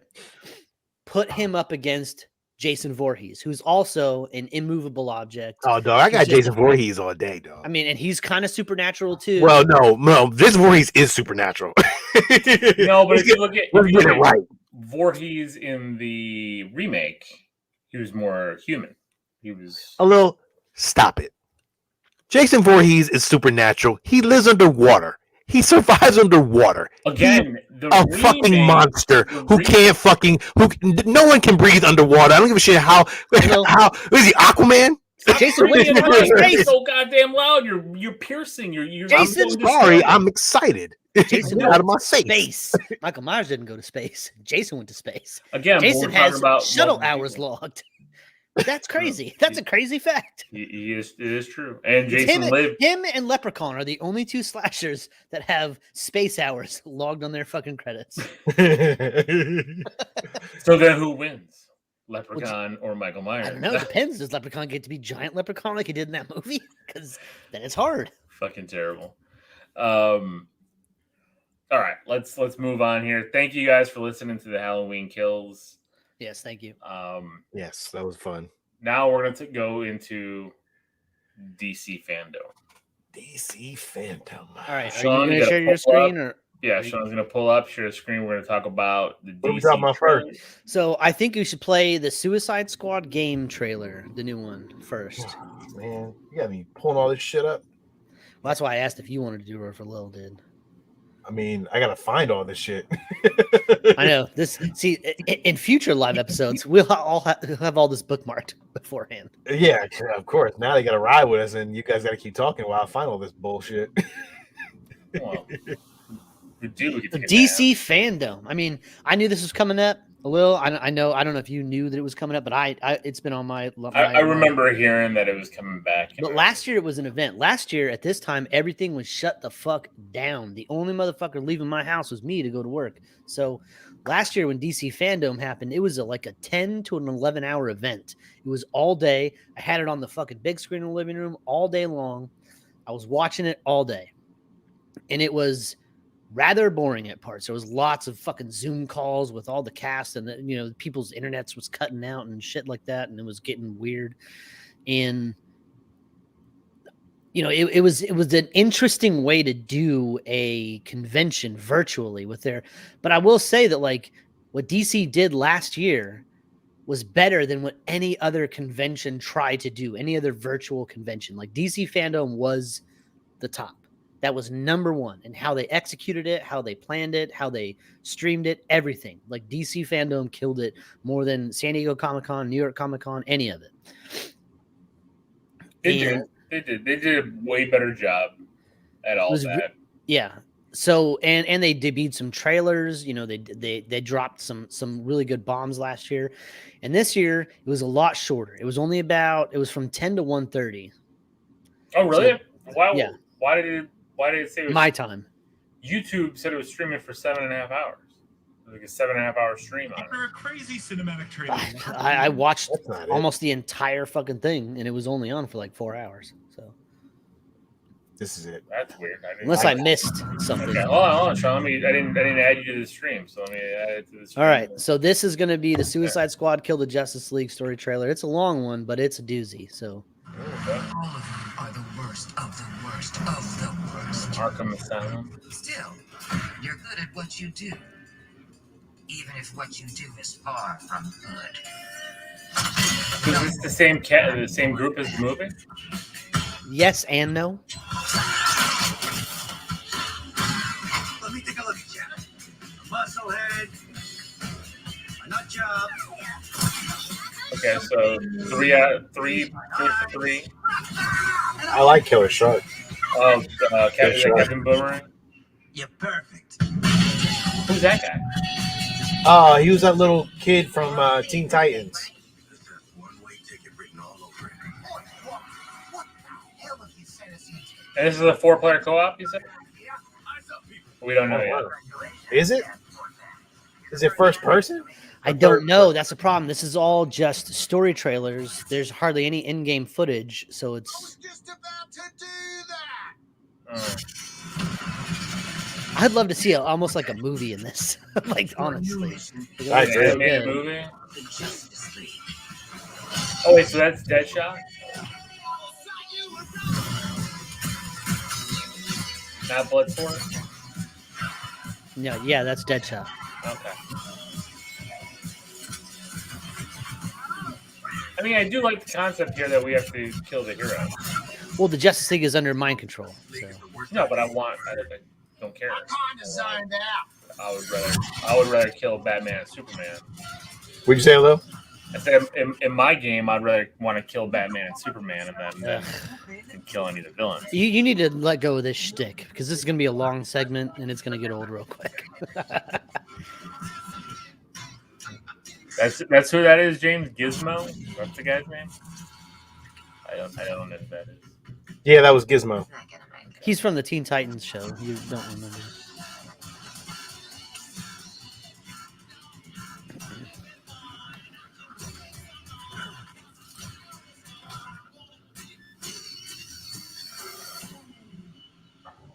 I mean, the penguin is in flight. Repeat. This part's pretty funny.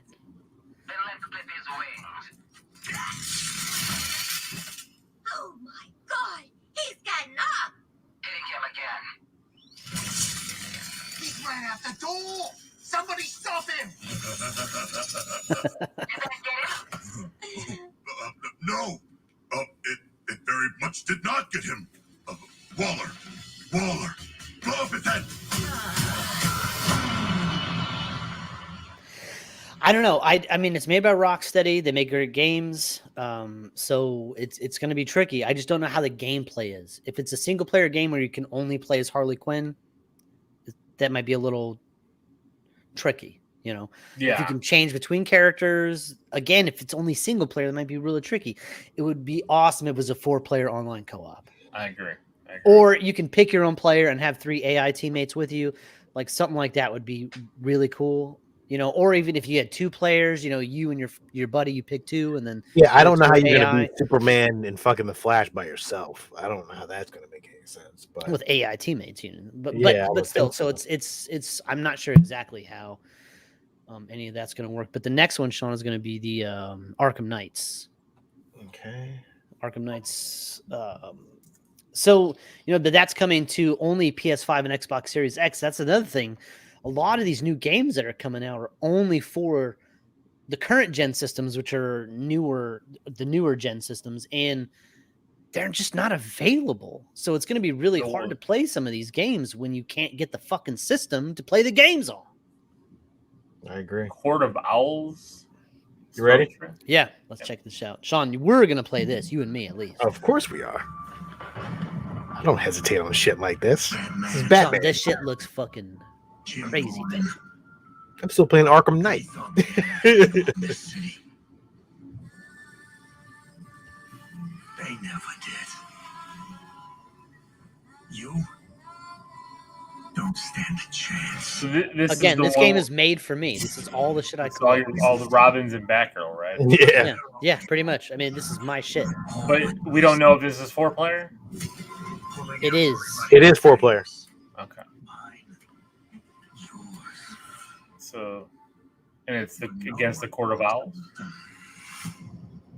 The Court of Owls is one part of the story. It's like they're the main bads. There's going to be other things you can do in the city, like random muggings to stop and bank robberies and what have you. But this is going to be the main focus of the game. The main bad guys. I mean, they just showed the penguins, so I mean, I guess that.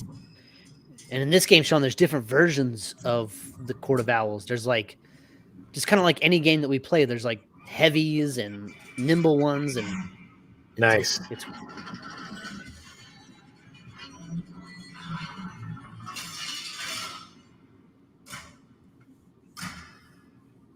This look tough though, man. I mean, it does look good. Like, I want a movie in this game engine. Just give me a fucking movie like this.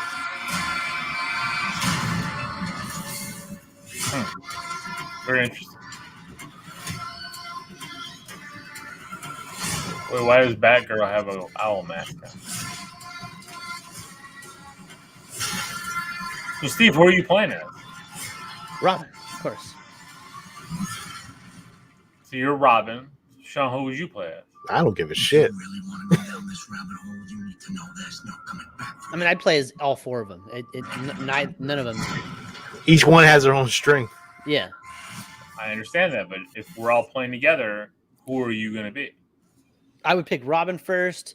So you pick Damian Wayne. No, it's not Damian Wayne. That is Tim Drake, it's Jason Todd, and it's Dick Grayson. So I would pick Tim Drake first, then I'd pick Jason Todd second, and then Dick Grayson third, and I would pick Batgirl fourth. Maybe, depending on what her strengths are in the game, because I do love this version of Barbara Gordon. So we'll see which each of those characters move from. It would be a toss-up between Dick and Barbara at this point. Okay. But I would definitely go for Robin and Red Hood first. Okay. I'm gonna go Nightwing, so I'm good. Hey, there we go. Sean, right there on the side, go to the Flash teaser trailer. Let's start with the Flash. We'll start with the Flash. Well, Black Adam was the first after the games. Black Adam was the first one. That's all right. Drop. We don't have to do it in order. It's right there on the side. It's right there. That might not be it, but that might not be it though. It is DC Fandome. It's 10 hours ago. Game Cinema. That's it. I'll click it. That's the one. No, all right, here. Dune. Sean, you're ready for Dune, right? We're gonna talk about that next week. Skip this. People are really loving that movie. All right, here we go. Right. You gotta turn it way up though, because it's fucking quiet. Tell me something. It's Michael Keaton. You can go anywhere you want, right? So is Ezra Miller playing 2 different characters? I think so. Any universe.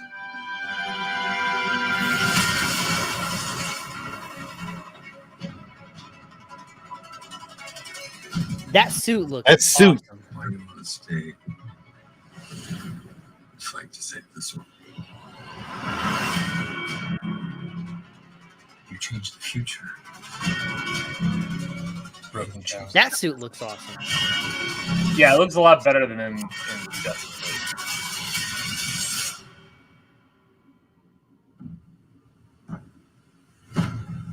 I mean, then we get Keaton. Are you in? All right, so right there, That's you 2. saw there was 2 flashes, right? Yeah, they were both Sean, Ezra. if you go back and pause it real quick, There's right when that Supergirl shit right there happens. too. So that on the left is the bat suit that we saw dropped on social media a couple weeks ago, where it's the spray painted bat suit This with one? that lightning bolt over the bat symbol. Well, that's why he was. That's spray that painted. suit. So, and that's the guy that was spray painting the lightning bolts on the boots. I have a feeling this guy, this Ezra Miller, or this version of the Flash on the left here, is in the Michael Keaton universe, and he got his hands on like a bat suit or something. And Isn't it spray Supergirl? painted Isn't That's that Supergirl Supergirl? on That's the right. Supergirl on the right, yeah. Yeah. And this suit that Barry Allen's wearing in the middle is that light up suit that we saw. So Supergirl. Damn. Never thought very we'd see her. interesting. It doesn't really give us a whole lot to go on. I mean, we see that he's going backward. He's definitely doing Flashpoint shit. He's definitely going back and saving his mom's life. But you even had the ring, Sean, the fucking ring that holds the suit. Like, holy shit. You know, there's a lot going on in this little snippet. I mean, this suit right here that he's wearing, this red one, that's not seen in any other. There it is. I mean, that's the thing. That's the ring, the suit Pretty ring. cool. Man, So, that suit looked tough. and that's in the Batcave, but that almost looks like the Christian Bale Batcave in a way. Like, I know, right? so I don't know, man. They're yeah, jumping on this one. They're doing a lot of interesting shit in this. Looks fun though, man. Like I'm definitely in for this And one. I love this just this silhouette. Like, you know, that's Keaton. Are you in?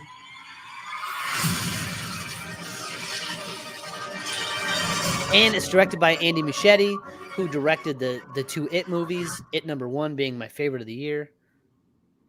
I like this part. I like this with the Batmobile. Because you know, Brian's in production. So Very good. Yo, So I'm good. gonna tell you, man. Brian Titcher said I'm in too, man. I'm I can't fucking wait for it. in. That shit looks phenomenal. That It shit- looks I hope so. I hope so. Because again, to me, I know the Justice League Snyder cut did him better, especially in that last part. earlier I still tonight, wasn't a big fan of Ezra Miller's Flash throughout. So. well, earlier tonight, Tommy asked, "Does anybody even want a Flash movie?" Like, absolutely, absolutely. If it's this, if you're talking about sending Ezra Martin's Miller hyped for back this one. to 89, James says it looks cool. Are you fucking kidding me? Yo, if you bring back Michael Keaton, do you know what's gonna happen here? Do you Yo, know that we can get a Batman Beyond movie? in this, oh my god, Sean, oh my god, Mhm. so good, so many possibilities. All right, Sean, go to the Black Adam teaser I trailer. see it. All they have to do is I don't think that's the right one. no, It's it's too only like a long minute. because Black Adam It's, was like a it's minute. only like a minute long. Yeah. So just It's type in not Black any of Adam at the top. It's right here. No, that's 10 minutes long. You want to watch all of No, the I was gonna fucking- fast forward through it. Okay, well then you can do that. I'm not gonna watch all that shit. My name is Giancarlo Esposito. So now Oh, also this game is really good. James, I agree. Was not a fan. Yeah, Far Cry is not my Kevin, the bag. teaser got me hyped as well. Or else. A Batman Beyond movie equals Stan's dad from Gregory. Yes, Correct, for sure. Gregory. It's been Absolutely a long correct. time since we've Stan's dad. I also didn't like anything that The Rock said in this. And He you know, sounds I so always cheesy. like to say, He sounded so fucking cheesy. Who, All right, here we go. The Who, Rock, The did Rock? everything he was saying, it was just like, ugh. Oh, I know, right? It's like, ugh. God, I'm just ready for you to watch the Man in Black himself. All my fans, you know, Black Adam. I love all my fans. We're here to do He this. was definitely right now. wrestling Ugh, good Lord. promo in here. All right, here we Fucking go. if you smell. All right, let's go. So we got Tomb Raider here, Laura Croft coming in. Sean, can you maximize this video? Will it take over the whole thing? I mean, I don't want to. Try that and see if it. There you go. Oh, she said Shazam.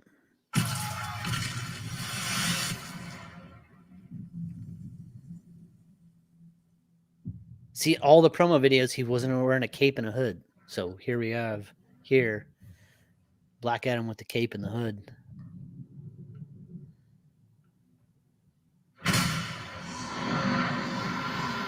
Fucking Michael Myers his ass. I was gonna say, so Black Adam like swallows souls or something? Like, what's he? Black Adam's a villain. I know he's a villain.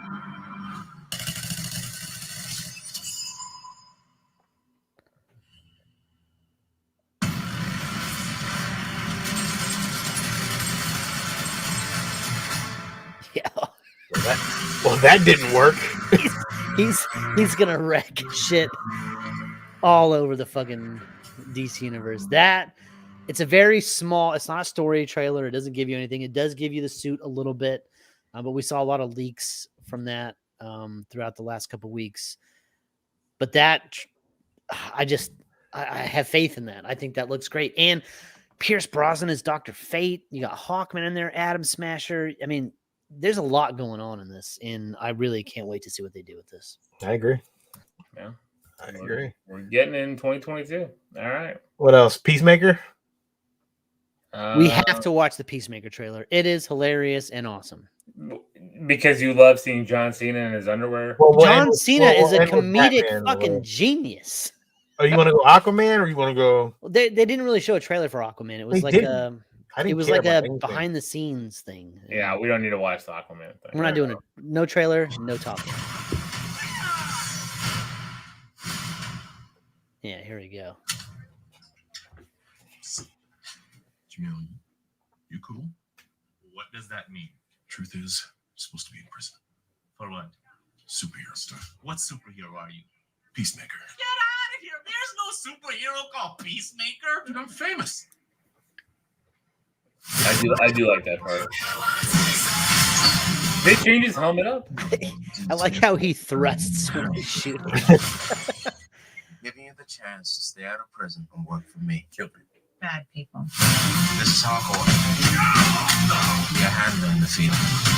Non-economist tech and tactics. And this is our new recruit, the Bayo. You don't have to shoot people after you already killed them. Right. Who's the guy that's peeking out behind the trash? I love this dude. Just trying to be helpful. Is he in the comics? Yeah. Yes. He was in the show. He was in the Arrow show. Maybe traveling with his family. What season? Best part. Hold on. Parents, that's an attractive couple. That one looks like it came out of them, but the other one looks like a butt baby. A butt baby. Yeah, my older brother told me there's two types of babies. One that comes out normal, and then butt babies. Worse in every way, they come out of a woman's butt. No, I believed I was a butt baby until I was 14. That explains a lot. The butt baby. There's something about him that's sad. Hey, Dad. I didn't much for going to a mansion more. Yeah, what's up with the eagle? I love. Yeah.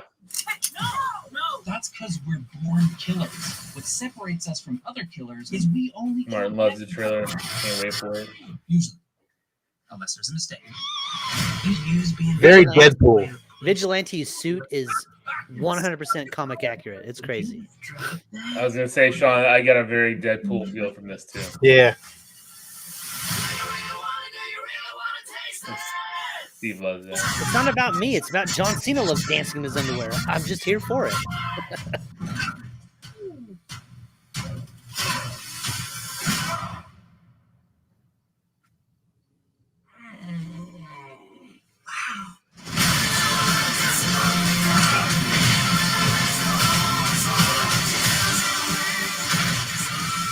John Cena is so fucking big. I do love this part with this eagle. I thought this was really funny. I don't want to move.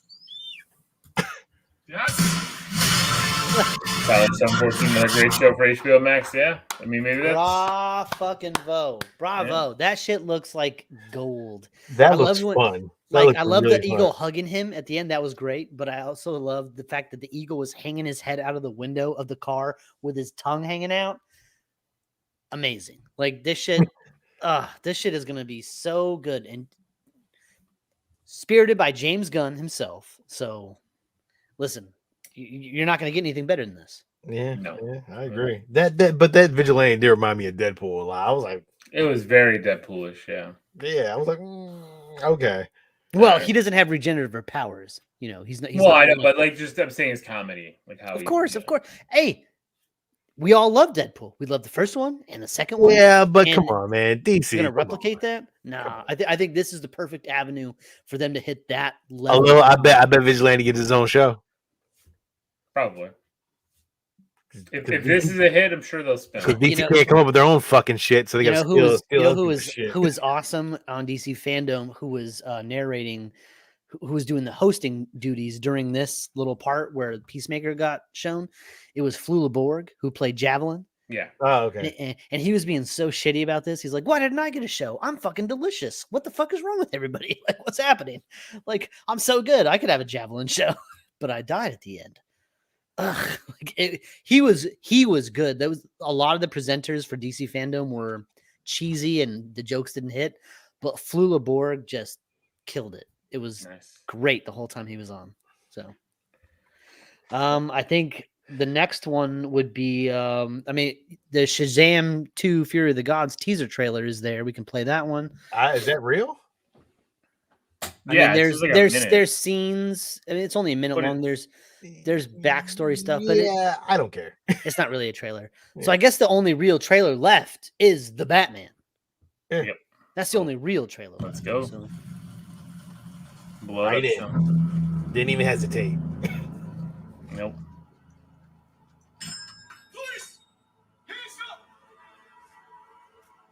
The way this is filmed reminds me of Seven. It reminds me of David Fincher. Seven. Well, that's what they color said palette, everything. Mm-hmm.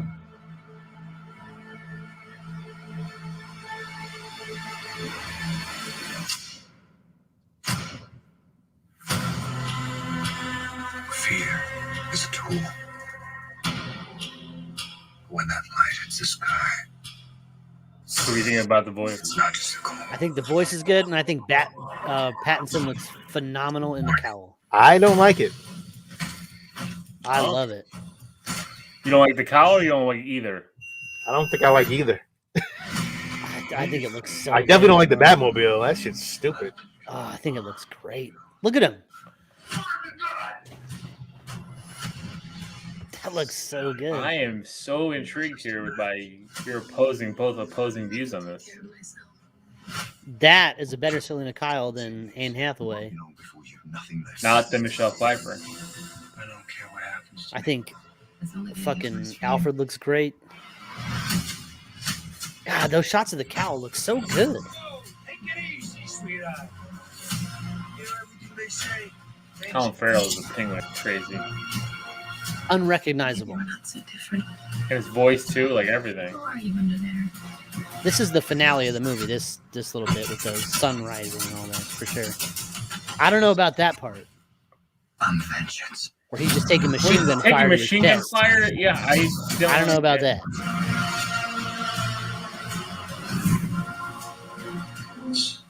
That shot looks awesome. He beating the fucking brakes off of that dude. Look at him leading that whole police force into that little water thing. That was cool.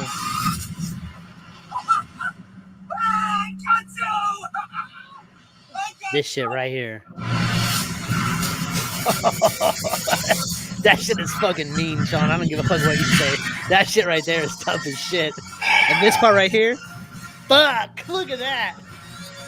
The silhouette with the cape and the fire. Come on. Get the fuck out of here. That shit is fucking gold. Woo! That shit looks good. Golly, that shit got me hyped, Sean. That shit has got me hyped. 6 months, March. Oh, man. Wow. Just wow. Like, I'm not sure I'm a fan of going back to, like, I really liked what we were doing with Ben Affleck in the DCU.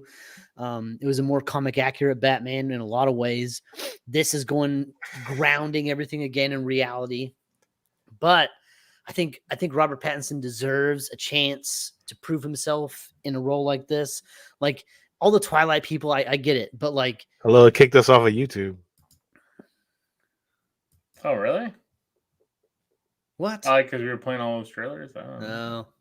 Can we reestablish the link? We're still alive. I mean, we're still live on Facebook. That's weird. Well, we were playing things that we shouldn't have played, I guess. Really? Oh, it says 7 viewers on YouTube now. Let me see if it's. I'll check it. You guys keep talking. I'll check.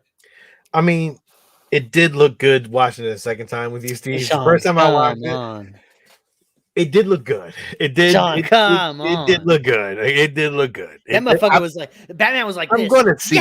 Yeah. He was beating the fucking. That dude was laying on the ground.